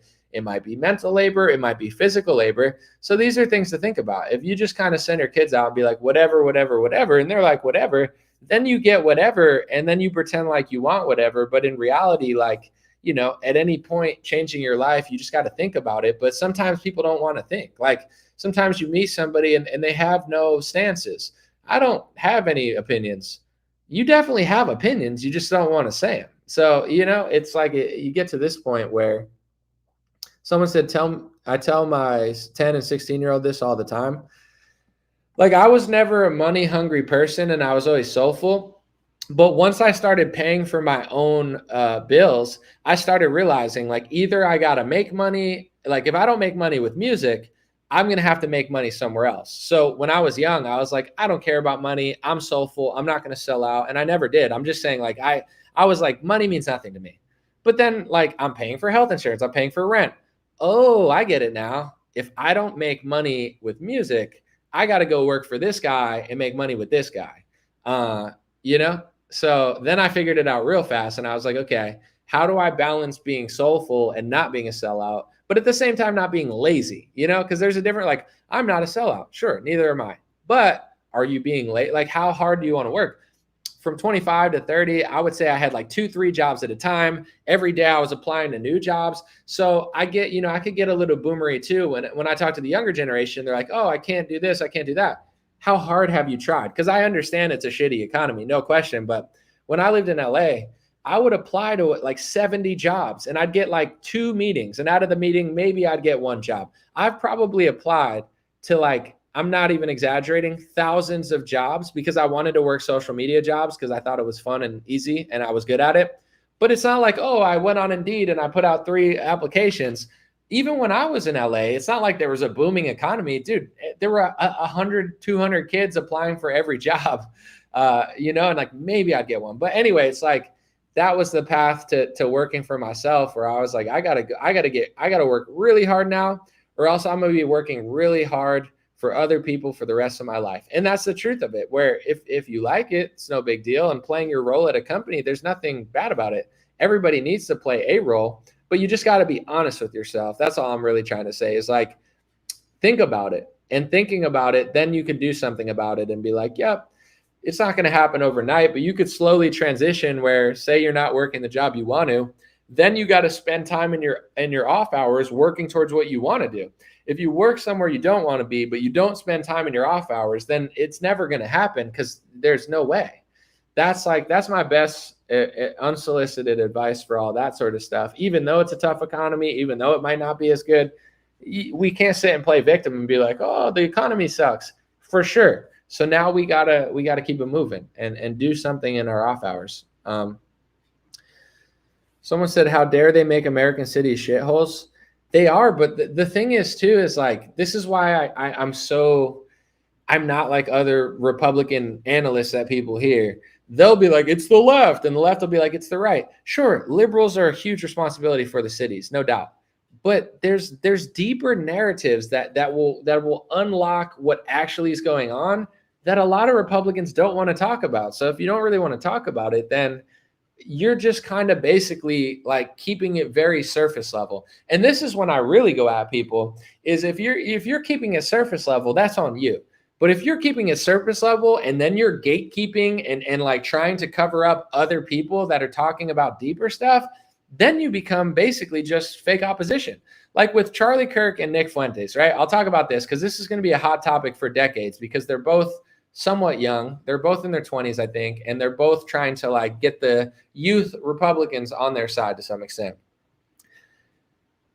Charlie, although I'm not asking him to be like Nick, I don't think he has to be like Nick. I don't think he like I'm not asking him to like or even he doesn't even have to talk to Nick. But I know even though Charlie is very honest on a lot of topics, he's very not honest on a lot of topics. And I feel like I know that Charlie knows that he's not honest on a lot of topics. Charlie's a tap dancer. He's a gatekeeper. He's a side pleaser. He's doing this. He's doing that. He takes donor money. Charlie's like a little South Park character. He's a little Cartman, right? Okay. You can tap dance. You can gatekeep. You can take donor money. You could be a politician. You could not talk about certain topics. Okay. But then you really shouldn't. And I'm not saying you have to like these people, but if you're not going to talk about those topics, you can't say that everybody talking about those topics are horrible. And you can't say, well, I'll talk to only Dave Smith, but only Dave Smith. But that's the conversation. Dude, Dave Smith, I like Dave Smith. I have nothing bad to say about him. But Dave is one guy and he has one narrative and it's interesting. And Dave's whole, who he is and his story and what he thinks. It's very interesting. I think Dave deserves all the credit he's getting, all the success, all the media appearances. He deserves everything he's getting. But there's other people saying other stuff that Dave's not saying. And that's not to say that Dave has to say it. And that's not to say that Dave should say it. I don't care. I'm just saying like Charlie's playing this game where he's like, I'm not going to say this, this, and this. I'm going to have this one person on, and then I'm going to bash everybody else that talks about it because they're too far gone. Dude, Charlie's going to be the person he says is too far in 5 years. Everything he was saying in 2019 that was too far, 8 out of 10 talking points he said were too far in 2019. Now Charlie's adopting those talking points. But in 2019, the GOP shtick was like, everything's racist. It's sexist. You're the real racist. And now, Charlie's like, yeah, H-1B visas are a scam. But in 2019, Charlie was like, whoa, I don't want to talk about white stuff. Okay, I get it. You don't want to. You don't have to. But if you're not going to, if you're going to be a surface level gatekeeper, you can't be like shitting on people that go deeper than you on certain topics. And it's the same thing with Tucker Carlson. I like Tucker Carlson a lot. I don't think he has to do anything else. I don't think he has to say anything. I'm not here to be like, you have to talk about, I love Tucker.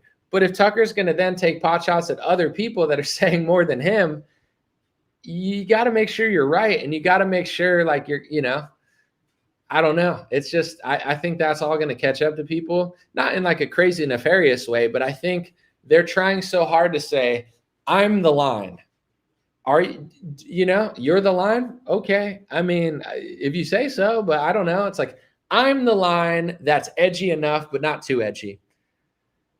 People are going to do that to you, People do that to Charlie and Tucker every day where they're like, he's too far. I'm the line. I'm the line and Tucker's too far. Tucker says, I'm the line, but he's too far. Charlie says, I'm the line and he's too far. If you say so, I'm not saying I'm the line. Some people think I go too far. Some people think I don't go far enough. I'm not the line. I don't get to decide what political correctness is. I don't get to decide what free speech is.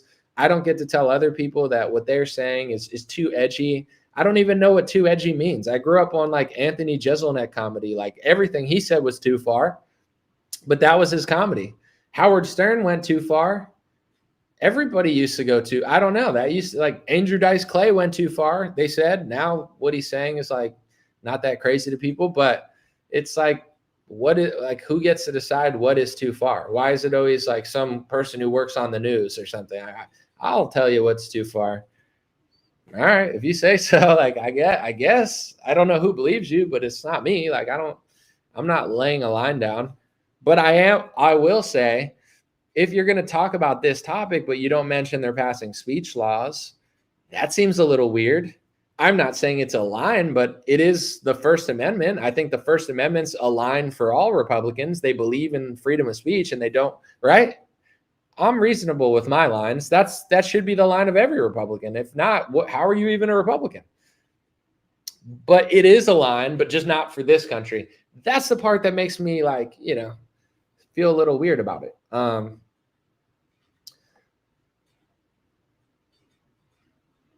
Let me see. Someone said, you said Nick equals race idolatry, and I don't need that hate in my life.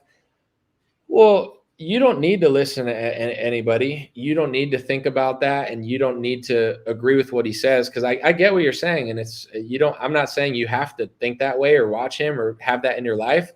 But when you talk about, and I think you were talking the other day, there's got to be some sort of middle ground where, let's just say you say race idolatry is hate.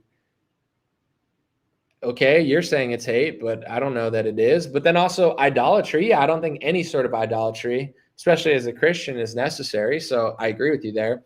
But here's what I have to say is, like, just because you're a Christian, it doesn't mean, like, say your entire hometown, I'm just going to make two examples. Say where you grew up is 50% Asian and 50% white.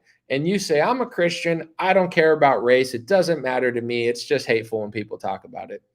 And then you go back to your hometown 20 years later, and instead of 50% and 50% white and 50% Asian, now it's 50% black, 25% Hispanic, 20% Indian, and 5% Somalian.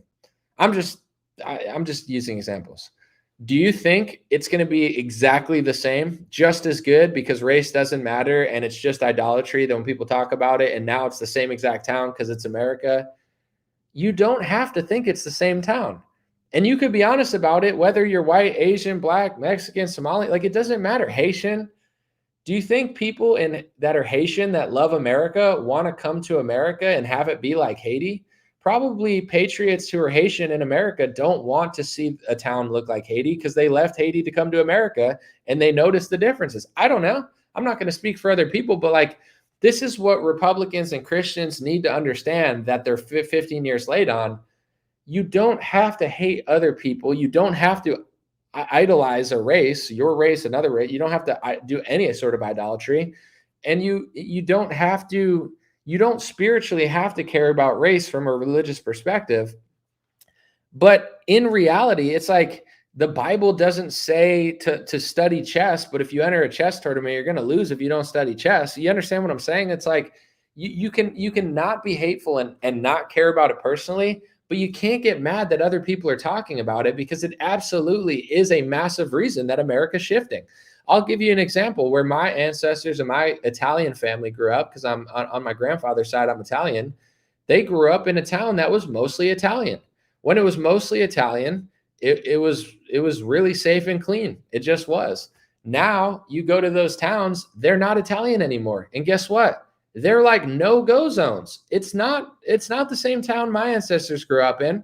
It doesn't make me a racist for noticing that. These towns are like murder capitals of the country now, when they used to be clean, nice, safe, walkable cities, when there were more Italians there.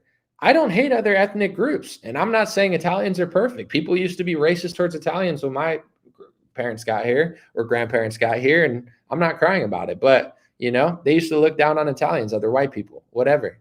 But it's not the same city it used to be. It doesn't make you an idolater. And I'm not asking you to listen to Nick or care what he says. But if you blow him off and then say, I don't even want to think about that, he's bad, there's got to be a middle ground. And that middle ground is you not having to listen to him, but you have to think about this stuff. Because it's like, Charlie Kirk doesn't really talk about this stuff. Tucker kind of does, but subtly.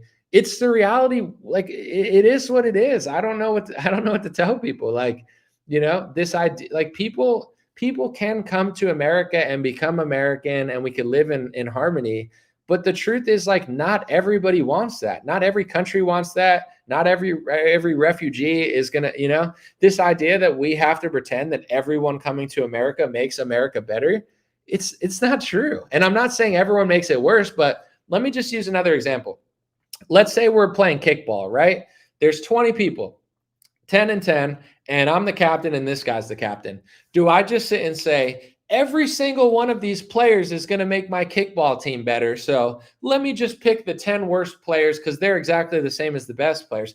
They're not in no aspect of anywhere in life ever, never anywhere. Doesn't matter what sport, what business, what race, what religion, nowhere on earth is everything exactly the same, except for the fact that we're all humans to some extent. But it's just like, yeah, everyone's just going to make my kickball team better. No, that guy's awesome. He's going to make my kickball team better. That guy sucks. He's going to make my kickball team worse. That guy's good, but he's got a bad attitude and he's not a team player. So it's debatable whether he'll make the team better or worse. It's the same as immigrants. Like this idea that liberals, like everyone makes us better.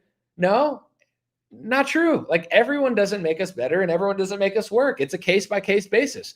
You could line up 1,000 people who want to be citizens. And I mean, I'm not saying I could tell just by looking or talking to them for an hour, but in general, the truth would be like, those 80 would make America better. Those 20, not so much, and it's like, so America can't want people that would make the country better. We can't be a little bit picky about it. Like it's so laughable that people even think this, where they're like, everybody makes our country better.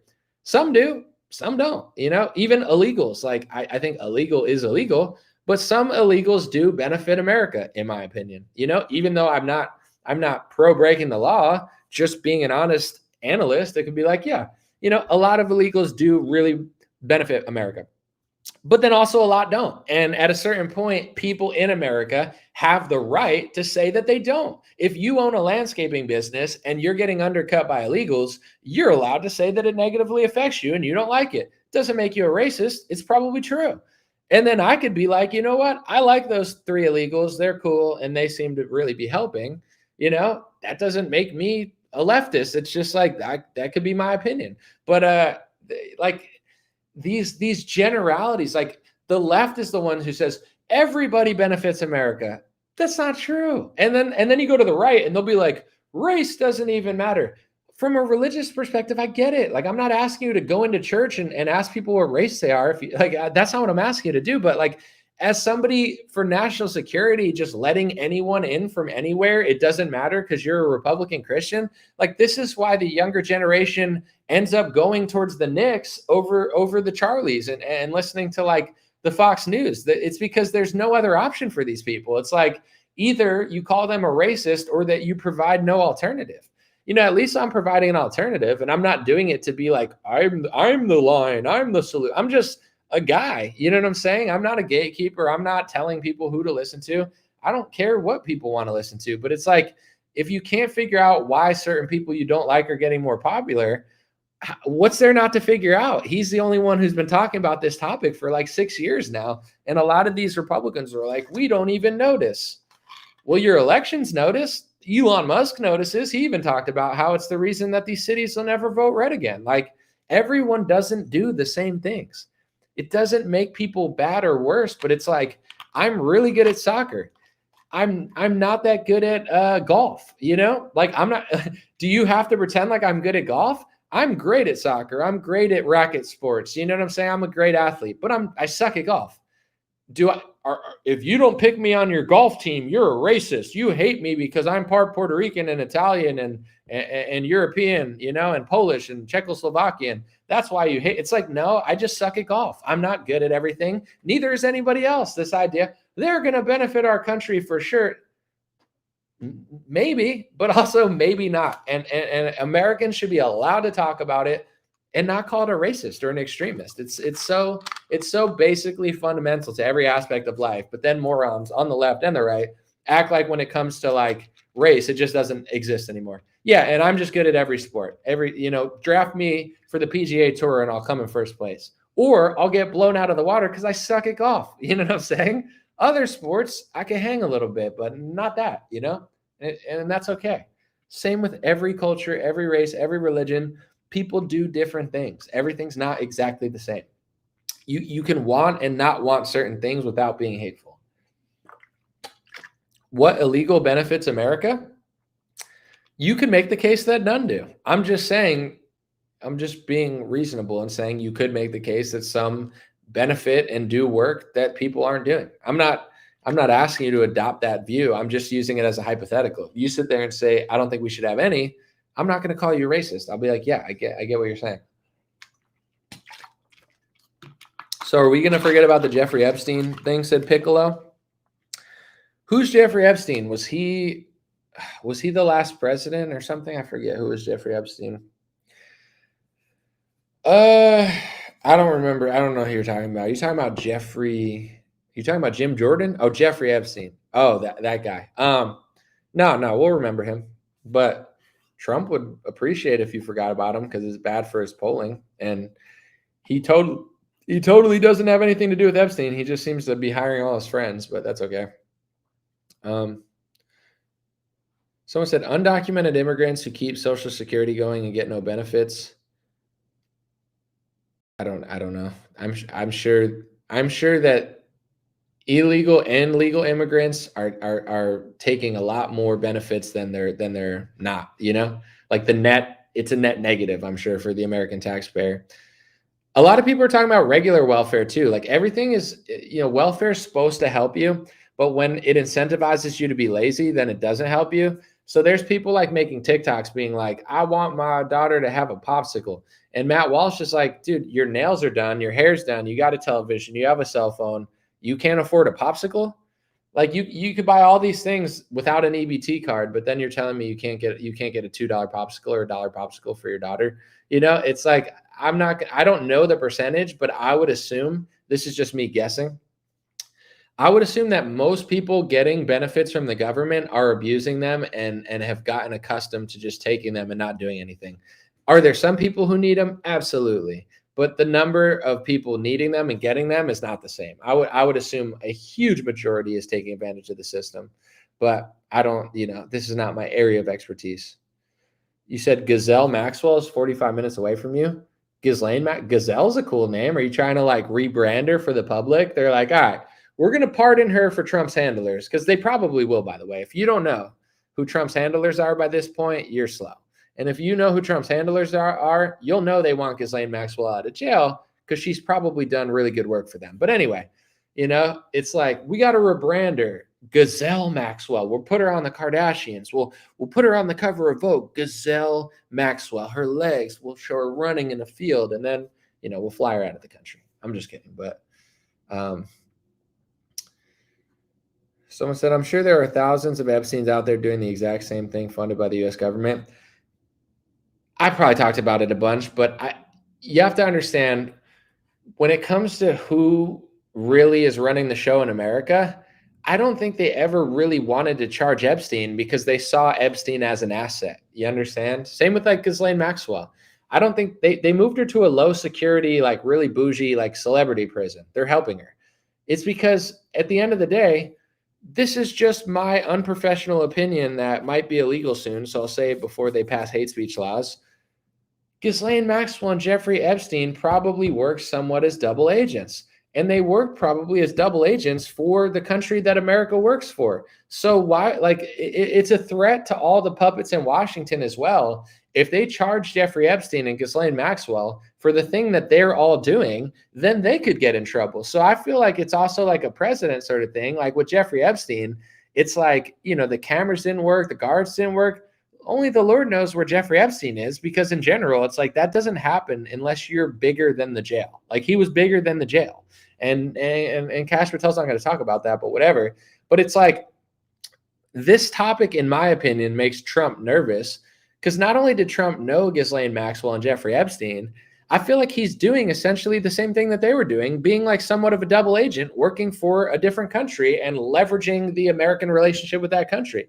And if that is what they were doing, why would Trump want to charge his friends for doing what he's literally doing? If he could charge them for doing what he's doing, then he's going to get in big trouble as well. But he's not going to get in big trouble, and nobody is, because nobody cares about this stuff. And what I'm talking about is not the sex crimes that they've talked about Jeffrey Epstein doing.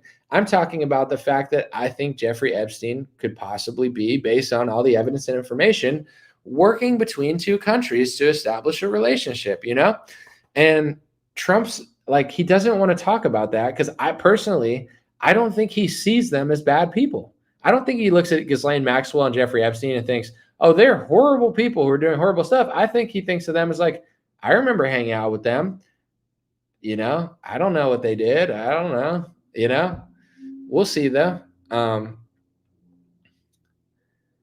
when it's all said and done, it's the same thing as like, Marjorie's talking about AIPAC registering under FARA. If you look up the information, because, a lot of people push this conspiracy theory, but if you look it up, you can find that even AI admits that it was true. Before AIPAC, there was another Zionist lobbyist group, and I don't remember the exact name, but it was like AZ something, or I don't know. But whoever the predecessor to AIPAC was, JFK and John F. Kennedy and his attorney general were trying to make them register as foreign agents, because every foreign lobbyist has to register as a foreign agent. So when you see all these newscasters who are essentially Israel first, they'll be like, Israel's not even the number one lobbyist in Washington, according to countries. It's because their lobby doesn't have to register like every other country. So the hundreds of millions that they're spending, and in some cases, like the billions that they're spending over the course of election cycles, if you not only add up AIPAC, but you also add up the billionaires who give literally $500 million to the GOP in order to get things done for Israel, it's the biggest lobby. It's not even close. And it also includes like media networks as well. It's not even close, but people say it's not even a top 3. It's like, because they don't have to register as one. That's why it doesn't come up in the registry, because they don't have to register as one. JFK was trying to make them register, the predecessor to AIPAC, whatever the Zionist lobbyist group was, as a foreign agent. And then when he died, the next president didn't look into it as much as JFK did, so nothing really became of it. So now 50, 60 years later, Marjorie Taylor Greene is saying the same thing. She's like, register as a foreign agent. Trump doesn't talk about it because Trump works for the lobby. Like, why would Trump talk about that? It's the same thing. He's trying to kick out Thomas Massie for that lobby. He's collaborating with that lobby to try to oust any politician. He's made a video, or he's said on a Hoffman's radio show, that he thinks that Israel used to literally own Congress, and rightfully so. He thinks Israel rightfully used to own our Congress, and it pisses Trump off that now AIPAC and Israel's lobby only really controls like 80 to 90% of our Congress, like, or at least lobbies the people. And then there's like a few people in the Democratic Party, like Ilhan Omar, who's dumb, Rashida Tlaib, who's dumb. I don't like these people. They're stupid. But at the same time, it's like there's literally like 30, 40 people max that aren't funded by AIPAC. And Trump, in Trump's little twisted mind, he's like, we need to get out the people who oppose Israel, so then Israel can literally own Congress again. But you can't say that. But Trump can say on an interview that he thinks that they literally used to own Congress, and rightfully so.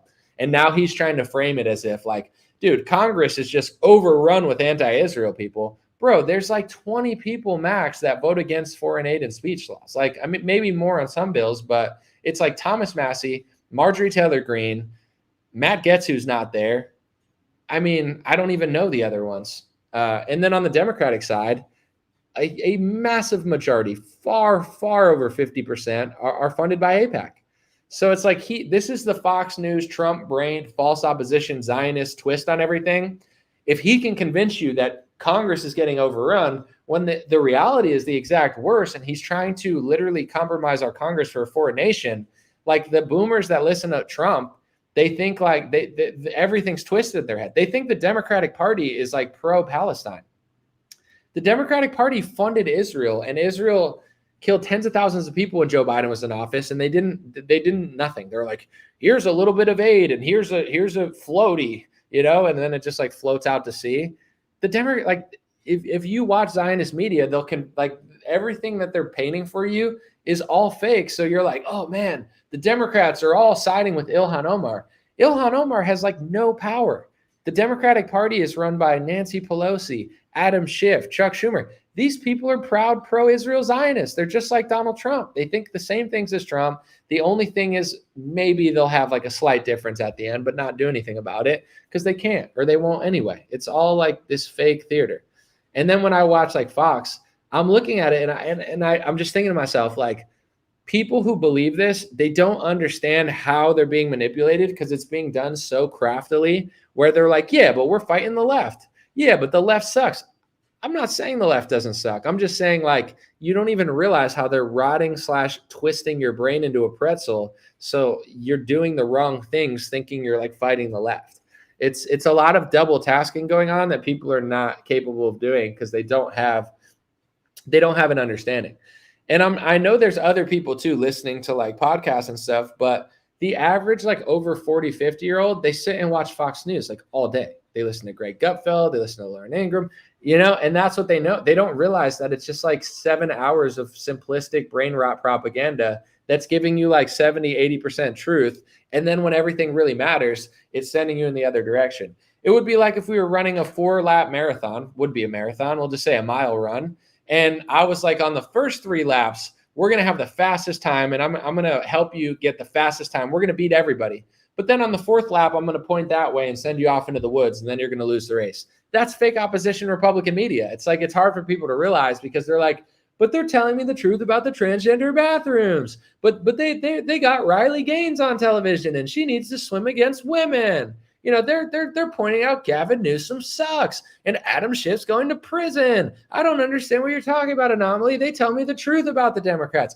Yeah, they're giving you the truth for the first 3 laps of the mile run. You're in the lead by a long shot. And then they're telling you when it all really matters, trillions of dollars, foreign wars, First Amendment, everything that's going to affect future generations and the thing that sunk our country. They're like, actually run that way. And then you run the wrong way and you lose the race. That's what fake opposition does. It seems believable because it's really close. These fake QAnon pages who've brainwashed naive boomers for decades now, like the X22 reports and such, they're crafting a story that's just twisting everything. Like, instead of telling you that he's doing all these things, he's passing hate speech laws, his entire administration acts like foreign agents, they're like, maybe he's rushing the vaccine to save you. Maybe it does this. And it's like, I could do that too. I have a high enough IQ. I could twist everything that Trump does for the better and be like, well, the reason he's doing this is for this, to save this. Now it becomes a religion. Now you're literally creating a religion around Donald Trump, where instead of viewing him as a flawed politician who is going to do some good things and some things for the establishment, and he's going to cave on some issues, like every president in the last 30 years has caved, Trump's caving. Instead of like facing that and using your power as a citizen to oppose him, now you're basically delegating your power, becoming useless and being like, I'm going to create a religion around Donald Trump where, just like Jesus Christ or just like God, everything is a lesson. It's a blessing or a lesson. I mean, spiritually, it's good to be calm and not freak out about stuff. But when your religion becomes worshiping a politician and twisting everything he says or does into a pretzel to make up something where, it's like, God, I got fired from my job. So, God, I got fired for a reason. It was to teach me a lesson or get another job. It's like Donald Trump. He sold vaccines for the deep state and printed trillions of dollars to destroy our economy, but that's a small price to pay to fake arrest all the people who are never getting arrested. It's like, it's a religious trust that people have in Donald. They've created a cult religion around twisting what he does. Well, maybe Gavin Newsom did this to protect us from a virus. It's the same thing the left does with their politicians. It's wild. But all right, I'll read a few. But no super chats. Maybe earlier people sent them, but I'm out here just doing it for the game, for the love of the game. What'll happen in Alaska? I have no idea. Trump's gonna meet. Zelensky's gonna be like, I want this, and Putin's gonna be like, well, I want this, and Trump's gonna be like, boys, listen to daddy, end the war, but I don't want to end the war. I'm Zelensky end the war, but Putin, you're killing too many. I didn't kill him, it's Zelensky. Oh no, oh my gosh. We can't do it. Sanction Russia. We need them to be poor and broken until they're multicultural like San Francisco. We got to crush Putin in Russia and turn him into San Francisco to fight Pelosi. Oh my gosh, dude, he's really beating up Russia for the deep state. Dude, there's nothing the deep state wants more than to crush Russia. And China, by the way. Someone said over 6 trillion printed from nothing for COVID propaganda. But when Donald Trump prints the money, it's a secret, super secret plan to save the world from a 6-year lockdown because I'm against socialism, but when Donald Trump does it, I mean, heck, folks, we might be trusting a plan here soon. I mean, sheesh. I mean, JFK Jr. might be packed into that mRNA vaccine. I mean, yeah, Trump shields Moderna, Pfizer, and Johnson & Johnson and use socialist taxpayer money to rush it to the public, but maybe that's all part of his secret plan to arrest Adam Schiff in 7 years, and Chrissy Teigen's really scared, and Ellen DeGeneres just moved to Ireland. It's like, oh my gosh, people. Oh shit! I just got attacked by a water. That's anti-waterism. We need speech laws to stop water from saying that it should be drinking.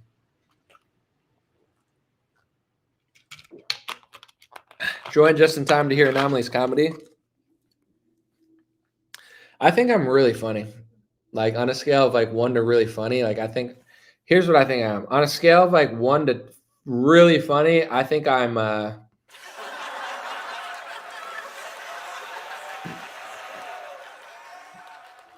stop. Come on, man.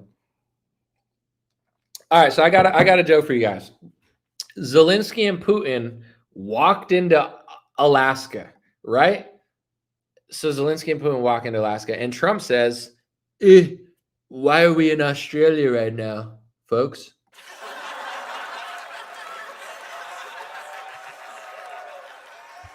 I appreciate y'all. This is going to be a long night here at the Laugh Factory, okay? So, you know, I walked into a nail salon, and I saw Nancy Pelosi there. And I looked at her and I said, hey, Nancy Piglosi, why are you doing so good at the stock market, pig?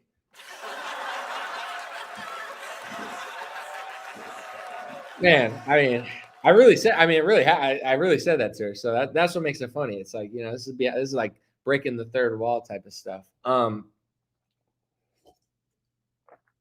So I had a friend named Dan, right? And he was into QAnon, right? So I saw Dan at a barbershop, and I said, you trust in the plan, Dan?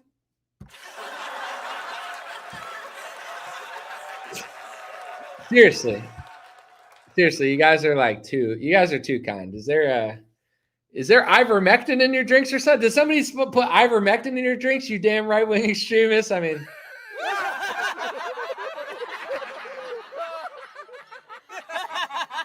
you get it? Because like only a right-wing extremist would think that Horst Dormer would, you know, save the pandemic.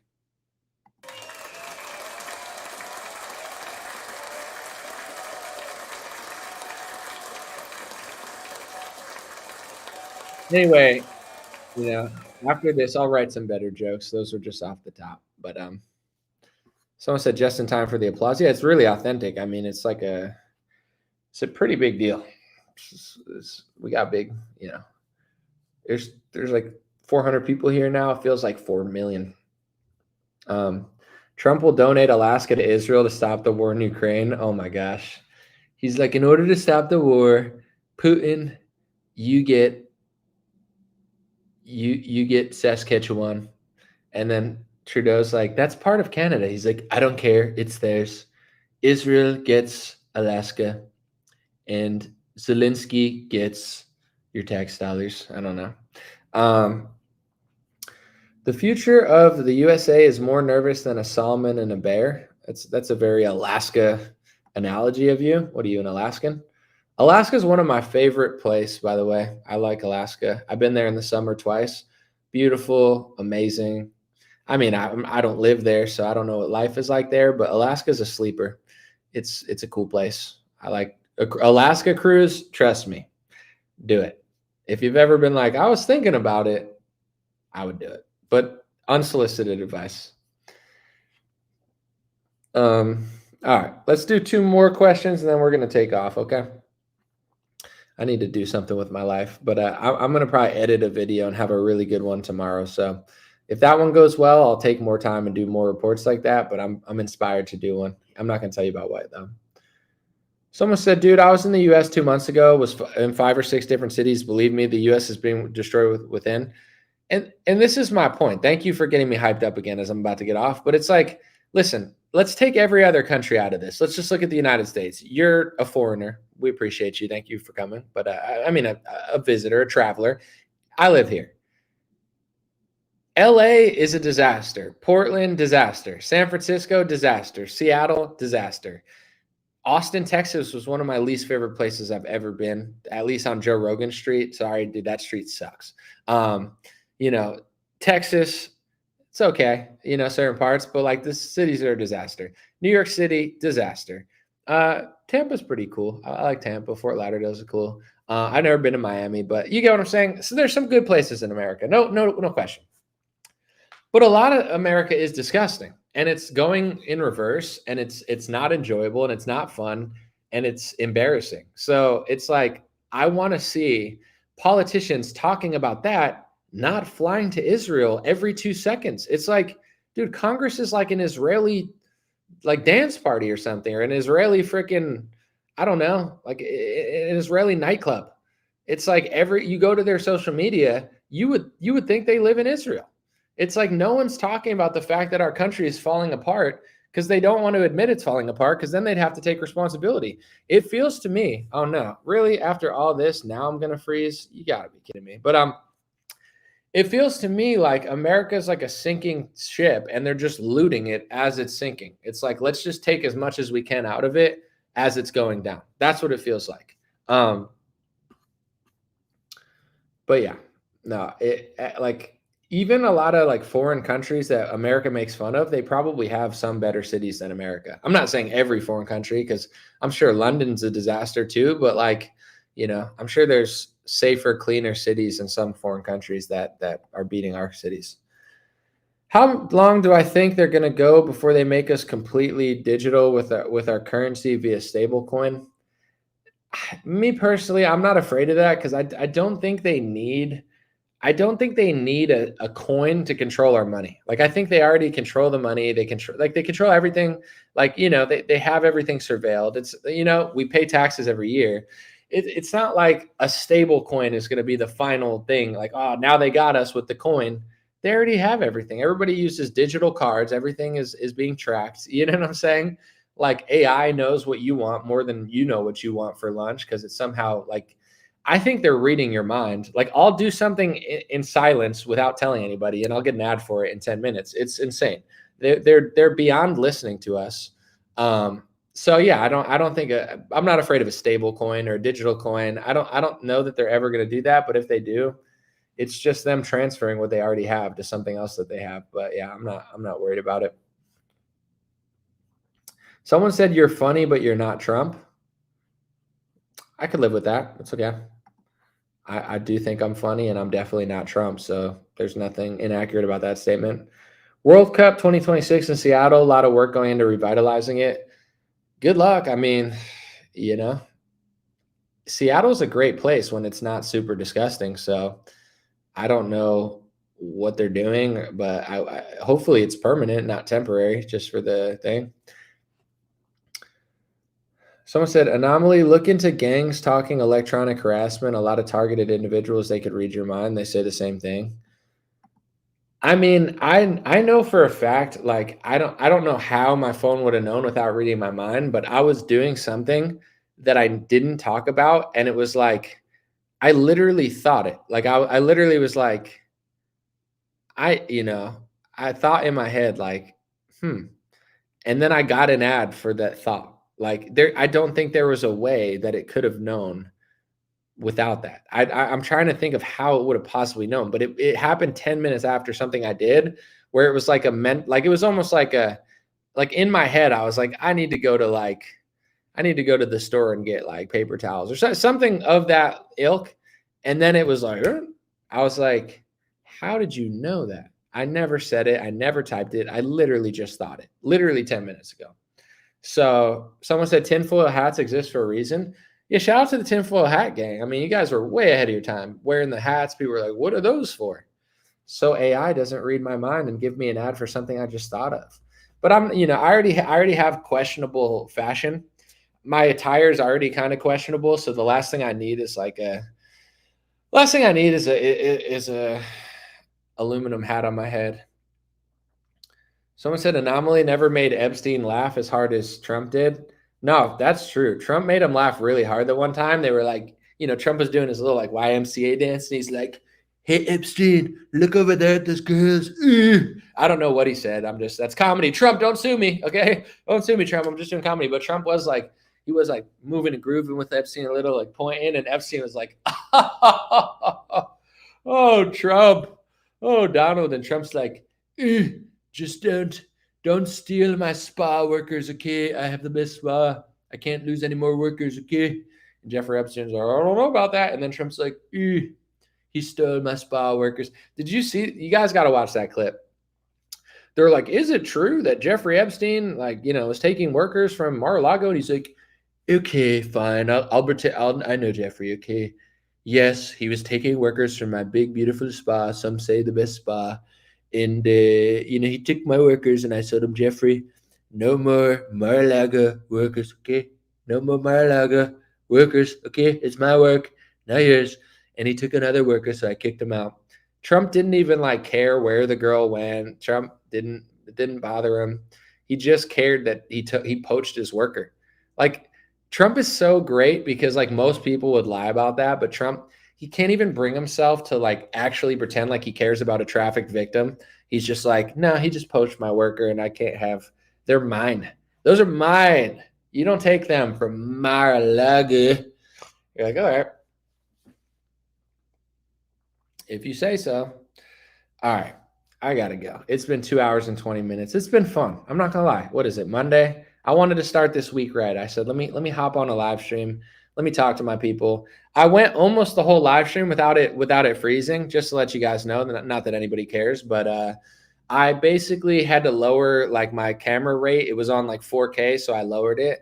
Maybe if I lower it one more time, it won't freeze ever, and then I could really start doing extreme lives. It looks good. I think it looks better than it used to. I look professional. I moved out of the way of my dream rare sign. Just to let you know, it's a big sign. And, I was like, let me do a big, beautiful sign. And I was like, damn it, it's too big. So I had to move all my stuff around, but I'm getting there, folks. It's taking a while, but the show's going to be good. The live stream's going to be good. And now that I almost got the whole thing without it freezing at all, we're getting somewhere. Once I know it won't freeze for sure, I'm going to start doing interviews, but I don't want to do interviews if the camera's going to freeze. But, also social media, some people, they're known for their videos, I'm definitely known for my videos, obviously, but YouTube's not my biggest platform. I like YouTube. I appreciate it. I want to say I have 37 or 39 million views on YouTube, which is awesome. I appreciate it. But on Facebook, I have almost 1 billion views. And then Instagram, I have a lot of views too. So when things evolve, it's I don't have unlimited time. So then I start doing other stuff. Not to say I'm not going to do YouTube because I love YouTube, but some people, it's they're only big on Instagram. They're only big on Twitter.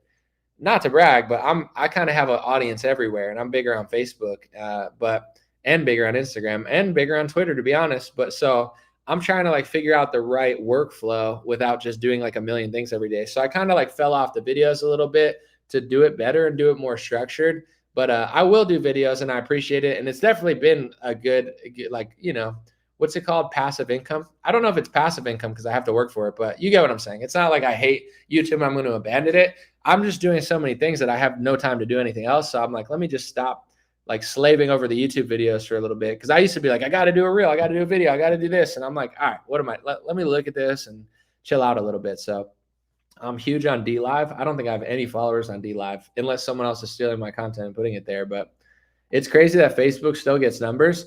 They call a post view. It's not a video view, but they've deceptively changed the name of it. Now on Facebook, they call post a view, how many views you're getting on views, but it's post views, not just video views. I think I'm getting 150 million views a month on Facebook. That's over 1 billion a year. My posts are being viewed over 1 billion a billion. I'm losing followers because people don't like that I criticize Trump, but it's whatever. I'll just eat the I had 1.7 million. Now I'm losing followers, but I don't really care. What am I going to go from 1.6 million to 1.5 million? Oh no, I'm so afraid of that. I mean, I don't want to go under 1 million. I earned myself there. I want a plaque from Facebook. I got a plaque from YouTube for 100,000. I don't get 1 million plaque from Facebook. Give me something to put on my wall to look cool, to feel cool about while I'm on the internet all week doing nothing. But you get what I'm saying? Yeah. Facebook is definitely having a revitalization. and their business structure is very appealing. Like just to run ads, I don't really run ads, but like say you wanted to run ads, I think Facebook has better conversion rates than a lot of other websites. And then also for the business model now for creators, they're offering a good business model. TikTok has a good one, but they banned me, so I screw TikTok. Instagram doesn't do anything for you. YouTube is good if you can get like hundreds of millions of views, but if you're just getting as many as I'm getting, it's good. It's definitely not bad, but it's not as good as Facebook. Twitter doesn't really do much for you. It does a little bit, but you know what I'm saying? Facebook is very smart with what they're doing. I think for years they were really dumb and they did like really, really dumb things. And now they're starting to get a little bit smarter, but you know, I can't say I have loyalty to any platform. Instagram's owned by Facebook. YouTube's owned by Google. Twitter's owned by Elon, and Elon's probably the coolest of the bunch, but really is he? Because now Grok is horrible. Grok might as well be the Anti-Defamation League at this point. It's terrible how far his algorithm has fallen. But I like Elon to some extent. He's not like my best friend or anything, but you know, it's like people will be like, "Oh, I can't believe you use Facebook." Dude, everything's owned. Facebook's owned. Instagram. Instagram is owned by Facebook. They're exactly the same. TikTok's owned by China. They banned me. I don't care who owns TikTok, but they banned me. So screw TikTok for that reason. You know, Google is probably even worse than Facebook, if not exactly as bad. And Google owns YouTube. Twitter's owned by Elon. He's putting brain chips in people's heads so they can control things with their minds. Maybe he's the reason my phone could read my mind. But anyway, you know, Rumble doesn't pay anybody. I got 1 million views on Rumble and I got $50. For 1 million views on YouTube, that's at least 1,000, maybe a couple thousand, probably a couple thousand. I don't know. For 1 million views on Rumble, it's like, I love Rumble. I like the guys there, but it's like they need to figure out a way to have an incentive to make people want to post there. And, you know, they're trying, they're figuring it out, but they haven't figured it out, I guess, enough to get me to care that much about it. So I don't know what the play is. I wish I had my own system that I could create, but you create your own system, it costs a crap load of money. And then in order to get people on it, like Rumble, oh no, did I freeze again? Sorry about that, folks. Hold on 1 second. Oh my gosh. Let me see. Wait, no, go to that one. Okay.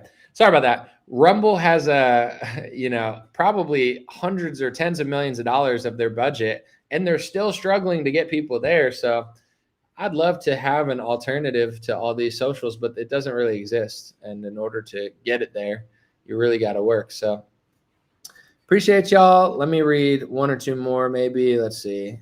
Someone said they lobotomized Grok fast. Democrats and Republicans have dual loyalty, mostly true. How is it that there's many people still active on Facebook? I think they lured them back in through Instagram. I think Marketplace has been huge, like successful. Facebook Marketplace is killing it. That was like a genius addition to Facebook. For me as a creator, they incentivize me to post more. Like if I post 100 times on Instagram, they'll give me like 5 cents. You know what I'm saying? And it's like, okay, why would I do that? I'm just going to be honest. I like doing what I'm doing. I like researching. I like stuff. I'm not like a psychopath where I need to post 100 times a day. I don't like posting 100 times a day. If I had it my way, I would make a lot of money just doing like one video a week that I spend a week making. I can't do that. So unfortunately, I have to like post a little bit more. But it's like I barely post on Instagram because they don't pay. I'll post when I'm inspired to post on Instagram, but I'm not inspired to post 18 times a day. I don't care that much about posting all the time.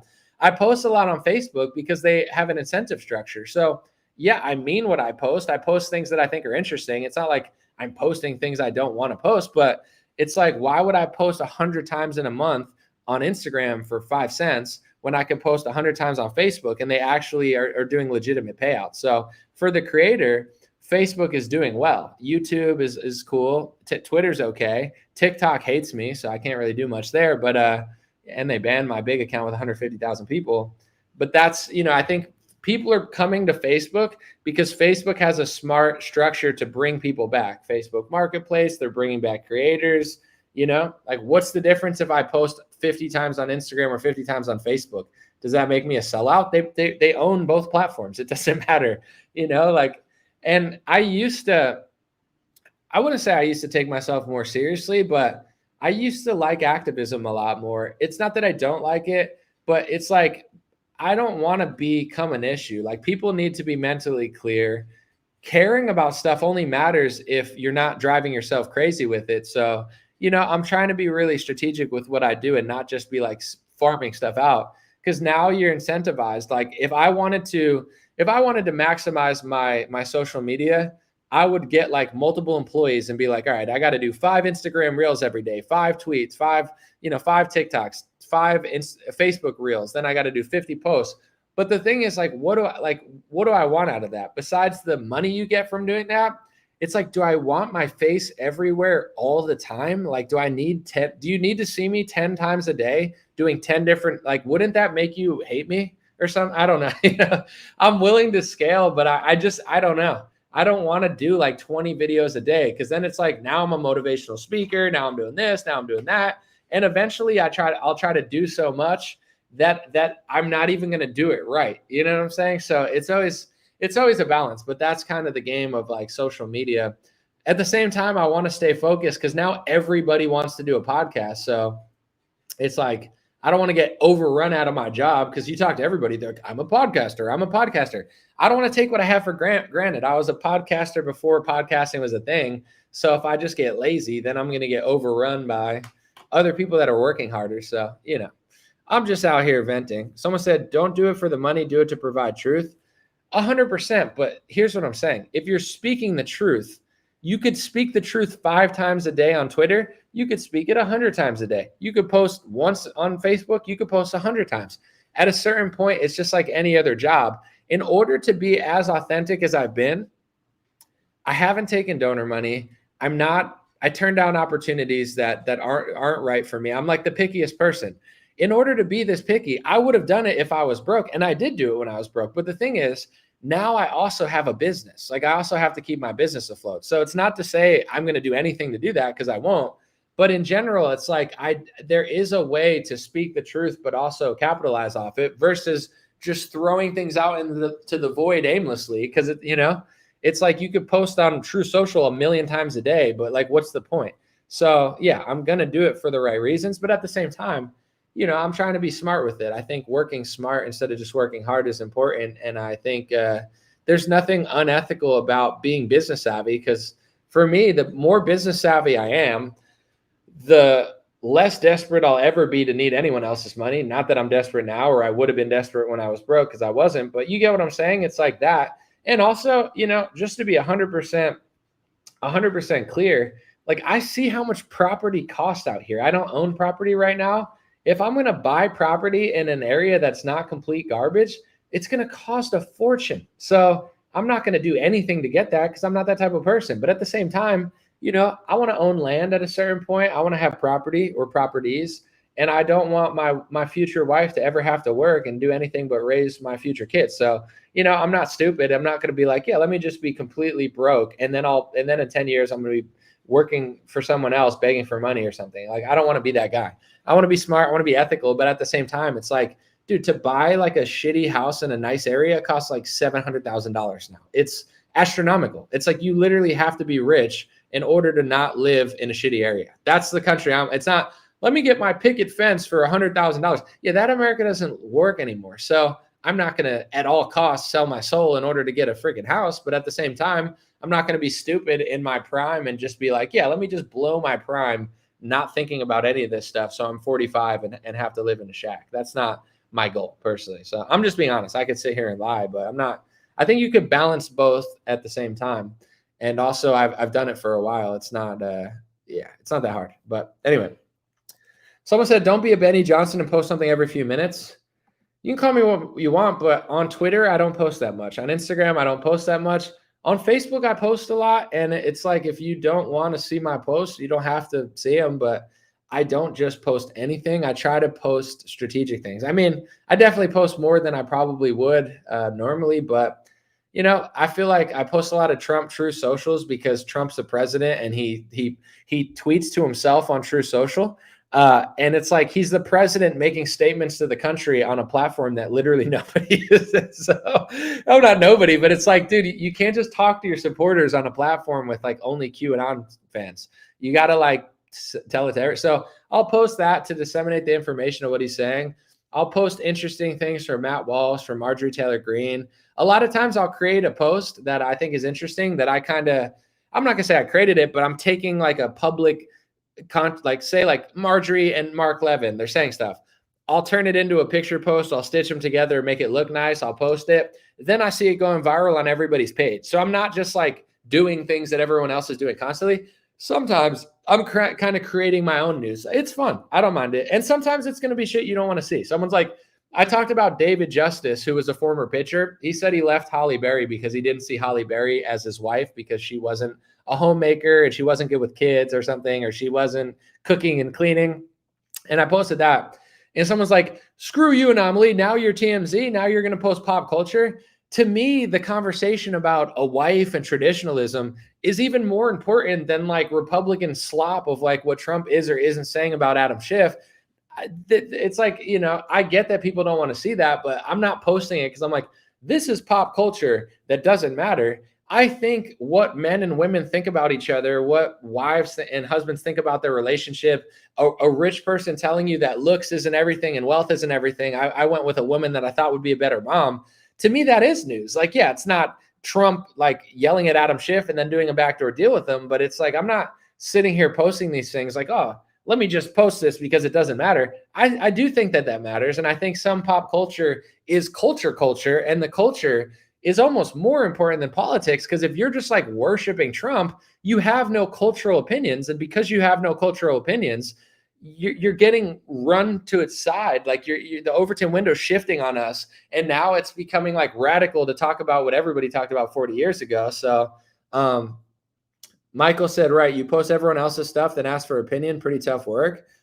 I didn't say it was tough. I don't think it's difficult at all. That's why I'm doing it. It's extremely easy. But yeah, I'm not acting like I'm Nelson Mandela or something, or I'm Moses parting the seas, you know, so you could walk through the ocean.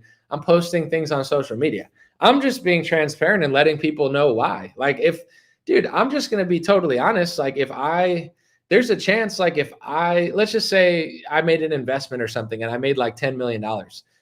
There's a chance I might take a year break, not because I hate everybody and I don't want to speak the truth, but it's like timing is everything. Like everything I've said over the last 5 years, it's all the same. It's the same thing that I was saying in 2019 that matters now. How fast people figure that out, I can't rush the world. Like people are late on everything. So it's like, yeah, there's a lot of things I could or couldn't do, but it's like I also don't have to do anything. So I could post 50 times a day on Facebook. I could post 0 times. I could make 20 videos on YouTube. I could make 0. I could take a year off, come back in a year, and potentially be more effective than I've ever been. So it's one of those things where it's like people think just because I do or don't post a bunch of times that I am effective. If I post 30 times on Facebook a day, I'm a sellout. But if I post 0 times, I'm not posting enough. Well, what's the right number? 5 times? Am I not supposed to disseminate the news? Other people say stuff. I could say things all day, but I don't take myself that seriously. I'm not trying to be like a activist leader of the people where it's like, here's only my opinions all day. I'm posting the news. I'm creating news out of what Marjorie Taylor Greene and Mark Levin are saying. I'm not acting like I'm parting the seas, but it's like you could think it's a horrible. I didn't say it was difficult. It's just like I'm letting people know why I'm doing it. I could sit here and act like I'm not. There's people that will do political campaigns and just like make $5,000 for doing it, and you don't even know that they're doing it. You think they just care about that stuff and they're making money. I'm being 100% transparent about what I'm doing and why. Facebook has better incentive structure. I would use only Rumble ethically if I could make a living doing Rumble, but they paid me $50 for like a million views. That's a fraction of what Facebook and YouTube pay. Like nobody can afford to just work on Rumble unless they're doing deals with Rumble. Like the average YouTube creator can't just move to Rumble and be like, I'm ethical now.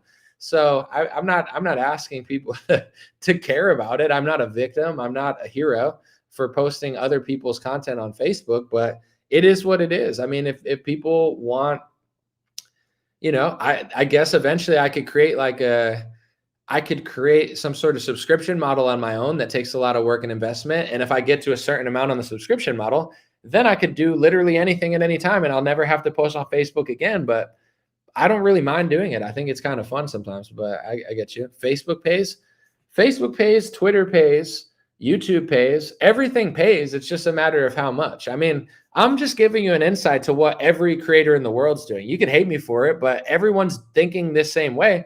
Apparently TikTok pays really well, but I got banned from TikTok and now I don't have enough followers to get paid.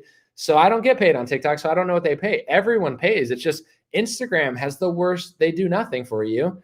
YouTube pays well if you could get a lot of views. Facebook pays if you have a good following. It depends how many people you're reaching. On YouTube, if you can get 100 million views every month, you can make a fortune. If you're getting, let's just say you get 10 million views a month, or even like a million views a month, you're probably making thousands of dollars. If you could get like 3 million views a month on YouTube, you're probably making tens of thousands of dollars. I don't know the exact conversion rate, but I'm just guessing. Some big YouTubers that get 500,000 views a video, they're making tens of thousands of dollars per month on YouTube.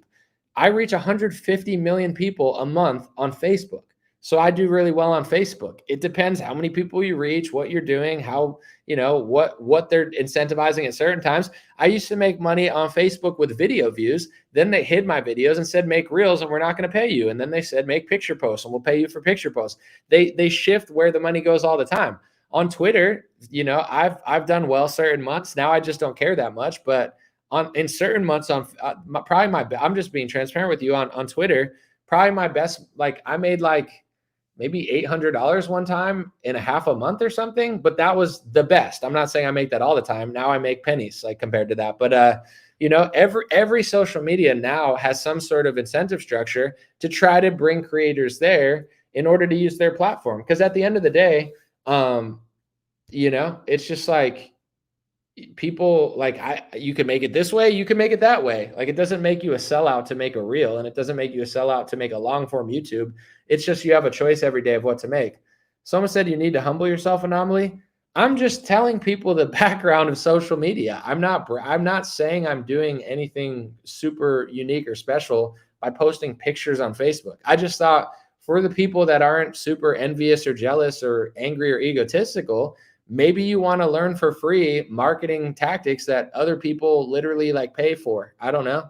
Maybe not, but I don't really care. It has nothing to do with an ego. It's just, I could literally just tell people nothing about social media. And then you think everybody on YouTube's just doing it and donating all their money to charity like Mr. Beast pretends to or something.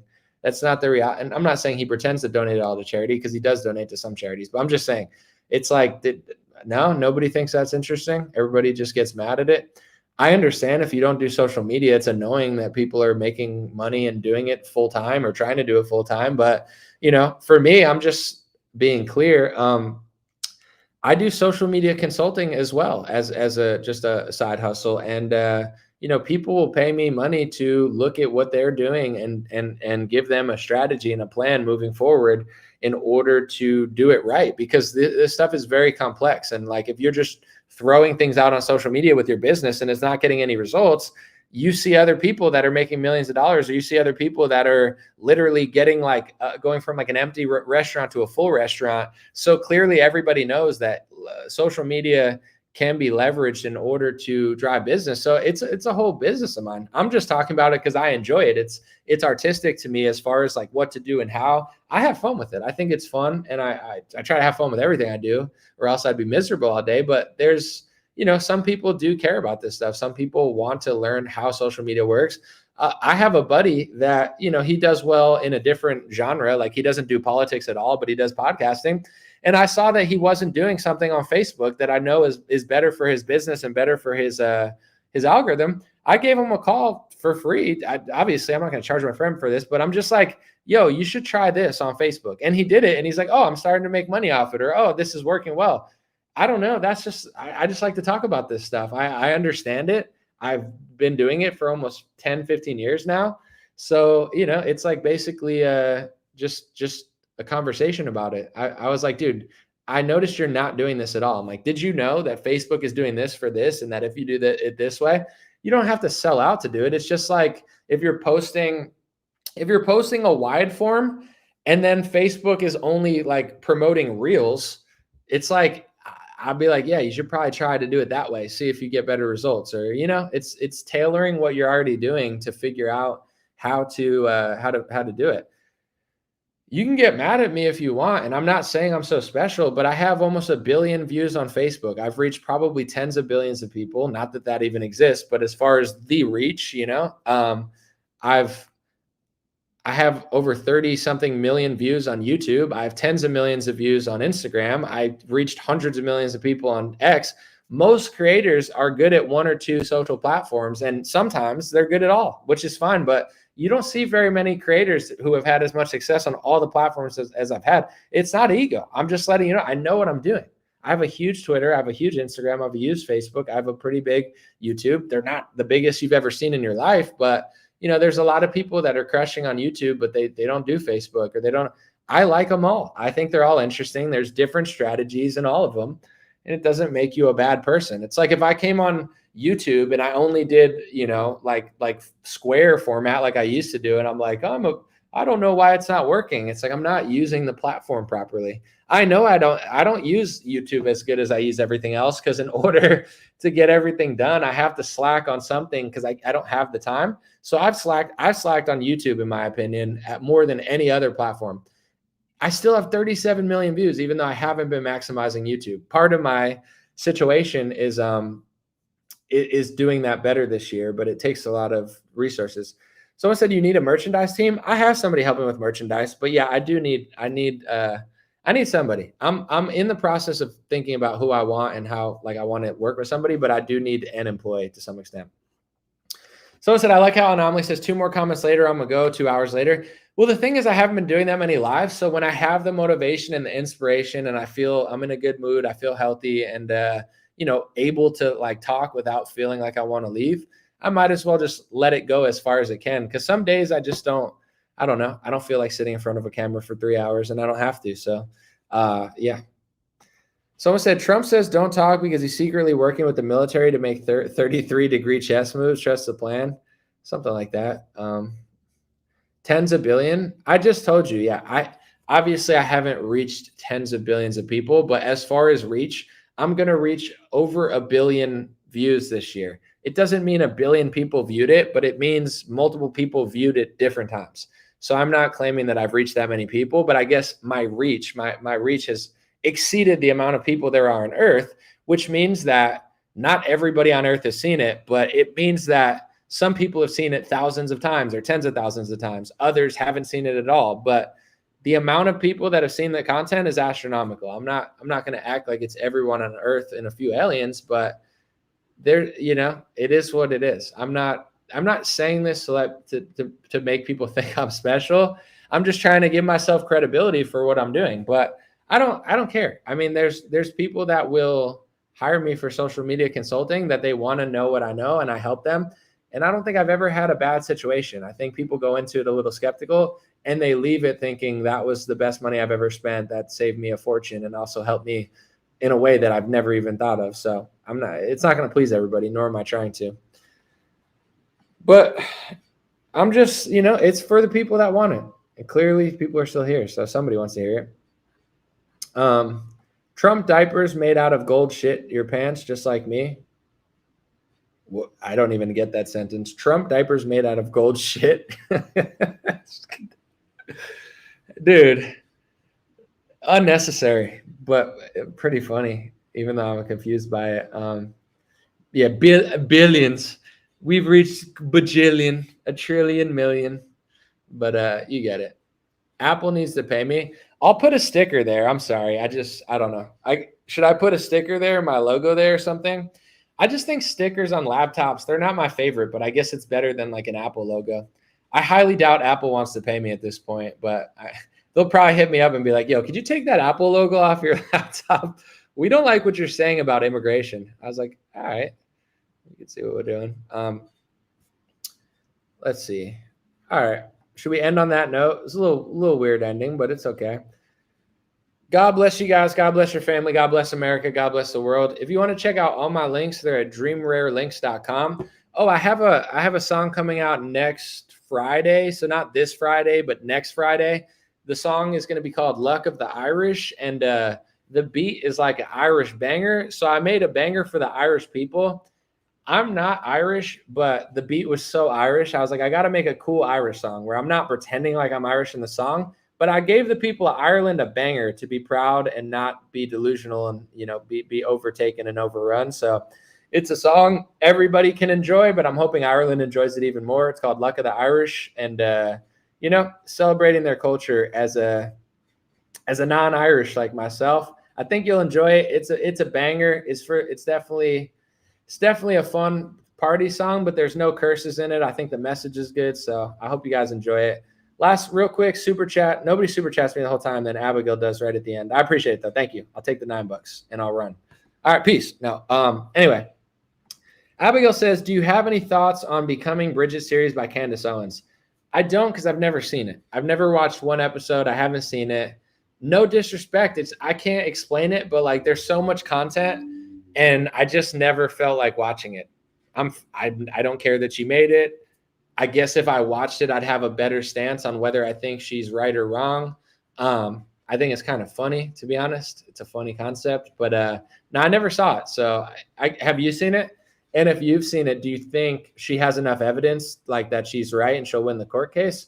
I just haven't watched it. So I guess it's one of those things. And so, like, I get it. Somebody needs to cover this stuff, right? Like if this is a theory and there's books about it, like someone has to cover it, and that person's Candace. And I think she's hilarious for that. With that being said, I guess for me, it's like, if I watch the whole thing and think it's true, then like, where do I go? I don't know where it goes. Like, I don't live in France. It's definitely weird if it's true. And it's definitely like a bizarre showing into how much they could lie to us and deceive us. But yeah, I don't know. To me, I'm just like, I don't know where I go with that. Like, let's just say I think she has something in her pants. Now what? Now I just go and just eat dinner and just forget about it? I don't know. And if she doesn't, then she doesn't. But I don't, I would assume Candace was very confident in order to make that video, but I literally have no idea. And I don't know. I just can't bring myself to watch it. Not because there's anything wrong with it. There's like 1,000 things I should probably listen to. And every day I pick like 2. And usually, to be honest, it's UFC content. UFC just signed a huge deal with Paramount Plus, CBS, by the way, for like $8 billion. And now there's going to be no more pay-per-views. So it's going to be good for the fans. You just got to subscribe to Paramount.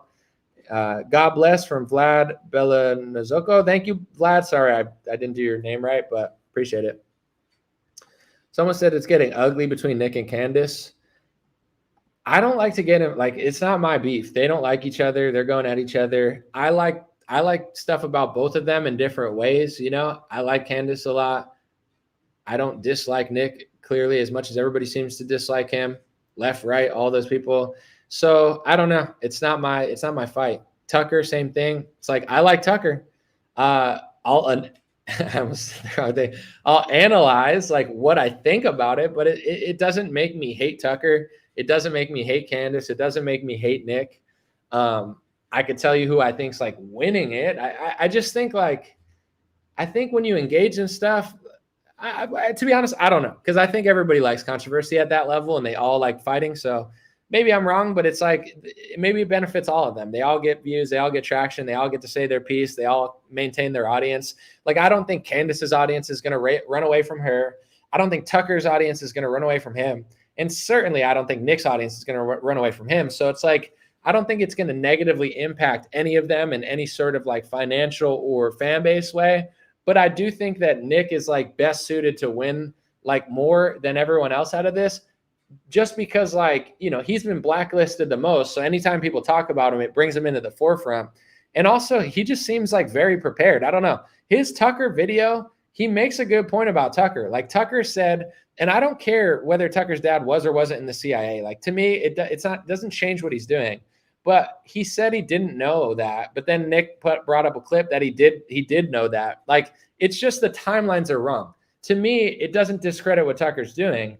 But if you're willing to lie about that, then it just seems off. And it does. Maybe Tucker made a speaking error, but like, Nick did prove that Tucker said he didn't know his dad was CIA until he passed. And then there were other clips where he said he did know his dad was CIA way before his dad passed. So it's like, maybe Tucker misspoke, but you know what I'm saying? Like, Tucker and him beef, and he brings up a good point about Tucker. It's like, why would you lie about that? To me, it doesn't matter. Like, your dad is who he was. It doesn't make you a bad person. It doesn't mean you're in the CIA.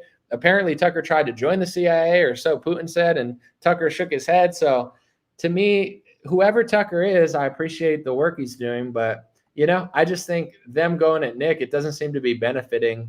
I like all three. I don't think it's negatively going to impact any of them, but I think it's positively helping Nick more than anyone, and he's going to be the least negatively affected by it because he's already had every blacklist you could have. So there's like nothing you can really do to him at that point. It's like Trump after all the things. Like he doesn't care anymore. With Candace and Tucker, they'll be fine. Nothing's. But I think it's bringing more negativity towards them and more people disagreeing with them than normal. But Tucker and Candace are not used to that. They got bigger fish to fry. So I think everyone will be fine. But I think it'll help Nick the most. That's just my analysis. Abigail said it also brings light to how people are placated into power, which is more than the main point than a he or she. I think you would enjoy it. Are you talking about the Candace thing? I mean, maybe I'll have to watch it at a certain point because it's so hyped. Todd Reddington said, thanks, have a great day. Thank you. But yeah, maybe I'll watch it. I don't know. It's not that I don't want to, but I just don't want to. It's not like I don't want to see it is what I'm trying to say. It's not like, oh, I don't want to. It's just like, I don't know. I listen to UFC content in my spare time. I listen to some political podcasts to do my job. But I don't know. It seems like a huge commitment just to find out if Bridget McCrone has a dingling or not, Like I'm going to spend hours upon hours just to see if, there's something in her pants or not, or maybe there's not. Maybe it never was there and she's a woman. Maybe it got removed. I don't know. I don't want to be, I just feel like at the end of it, maybe you're right. Maybe I need to watch it and I'll understand after I watch it. It's, it's just the chances of me watching it are pretty low unless I want to do a video on it and I want to weigh in on it. Then maybe I'll watch it, but I get what you're saying. I'm sure it's great. Candace has done a lot of great stuff. Every time I've seen her show in the last year, I've been wildly impressed. I think she's locked in. She seems more honed in than ever. She's done a lot of great documentaries. I haven't seen the BLM one. I haven't seen the Shot in the Dark one about vaccines. I'm sure they're both amazing. I guess I haven't gotten around to it, or someone's got to be in my real life, just be really want to watch it. Then I'll sit down and watch it. I'm not a long form guy. I'm more a, just short clip or a podcast and do something else while I'm something listening. I think I listen. I like to listen to stuff and go on a long walk. I feel like if it was becoming Brigitte, you kind of got to watch it, right? It wouldn't do it justice if I just listened to it while I'm getting exercise. You got to stare at the screen for 5 hours to find out if she's got a schlong or not. But it's not I'm interested to see what happens with this court case. Is there going to be discovery? Is it going to get weird? To me, I'm probably going to pay attention to the court case more than the doc, just because it's going to be funny. But it's definitely not going to be funny if she gets sued and loses money and if the judge is super liberal or something. But I don't know. I guess there's only so much time in a day. But if you keep super chatting me, maybe I'll watch it. I don't, you're bribing with the super chats. Watch it. More super chats come in, I'll be all right, I'll watch it. But anyway, someone said, bro just talked himself into watching how a chick with a blank became the first lady of France. To be honest, I'm still not going to watch it, but it's not, I'm not trying to diss it. I just to be honest, when I go on a walk, I like to listen to UFC content. I don't know. I like the UFC. It's not political. It gets my mind off of things. I don't feel like thinking about everything in the world. I feel not to say I know everything, because obviously I don't know every little nook and cranny, but it's the overarching theme of what's been going on is still the overarching theme. All the little, I get it. Macron is corrupt. They're weird to me anyway. Their whole relationship is already weird. It's the same with Obama and Michelle Obama.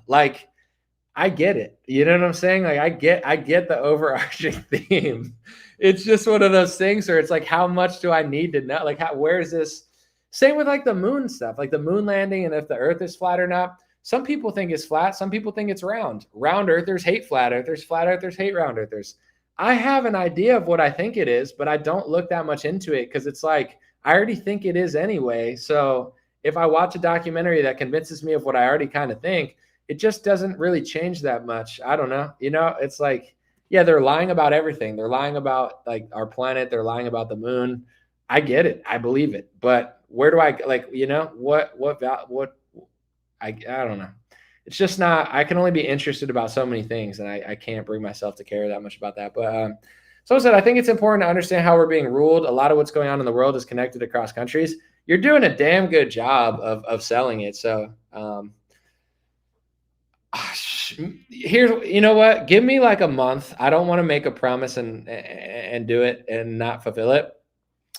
Give me a month and I'll watch the first episode. And if the first episode sucks me in, I'll watch the whole thing. But give me a month. I need a month. I need to listen to my UFC content.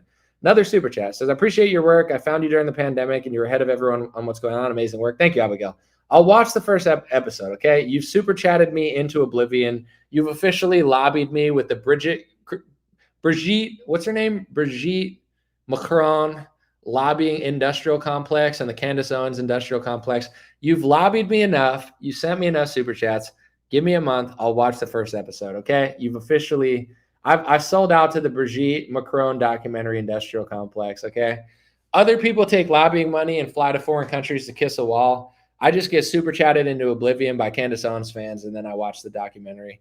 You got me, okay? You done did it. I'll watch it. I think I could watch it. Now I'm excited. I mean, you know, you've bribed me into excitement about something that I haven't cared about. I honestly like talking about not watching it. It's as funny as probably watching it is, but you know, it's like, you haven't seen The Dark Knight? And I'm like, no. They're like, come on, dude, Christopher Nolan. And I'm like, yeah, I've never seen that Batman movie.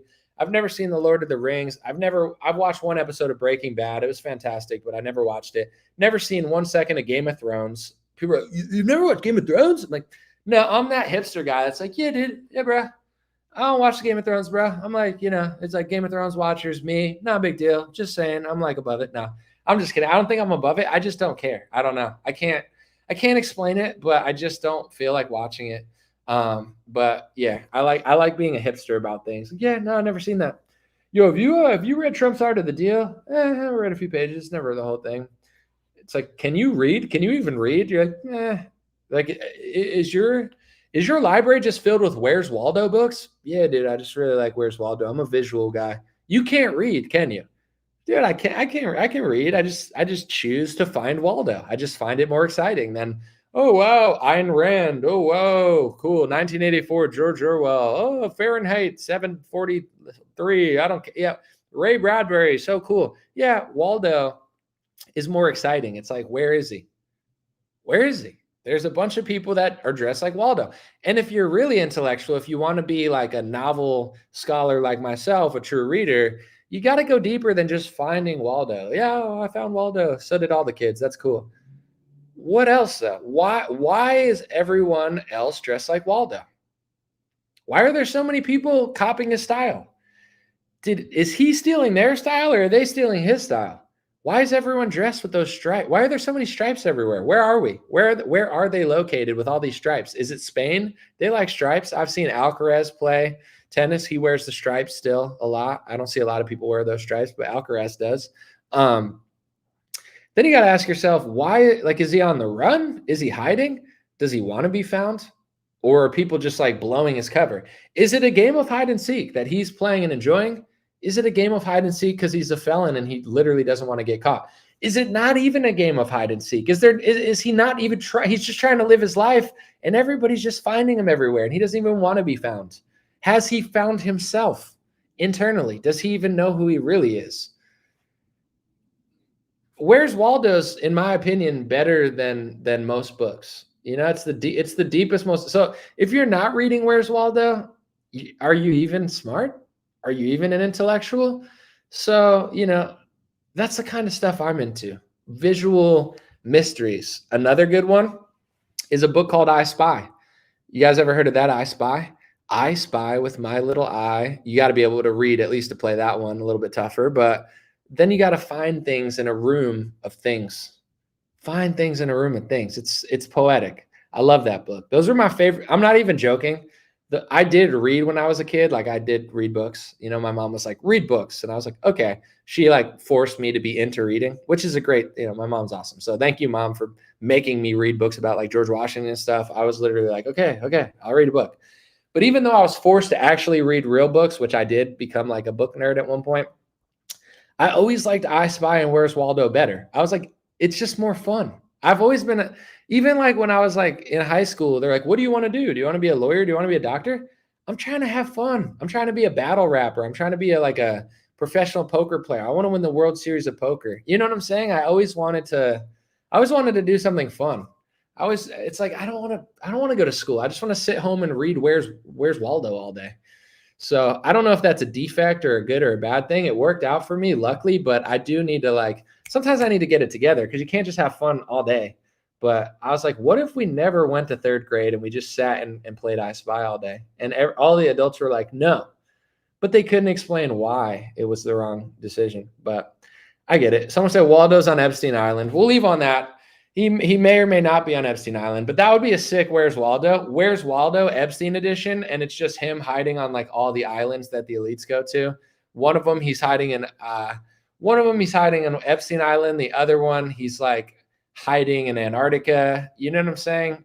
Where's Waldo goes to the moon, and then you got to figure out if it's staged or not. But appreciate y'all. God bless you. God bless your family. God bless America. God bless the world. Thanks for hanging out. I had a good time. Hope you did too.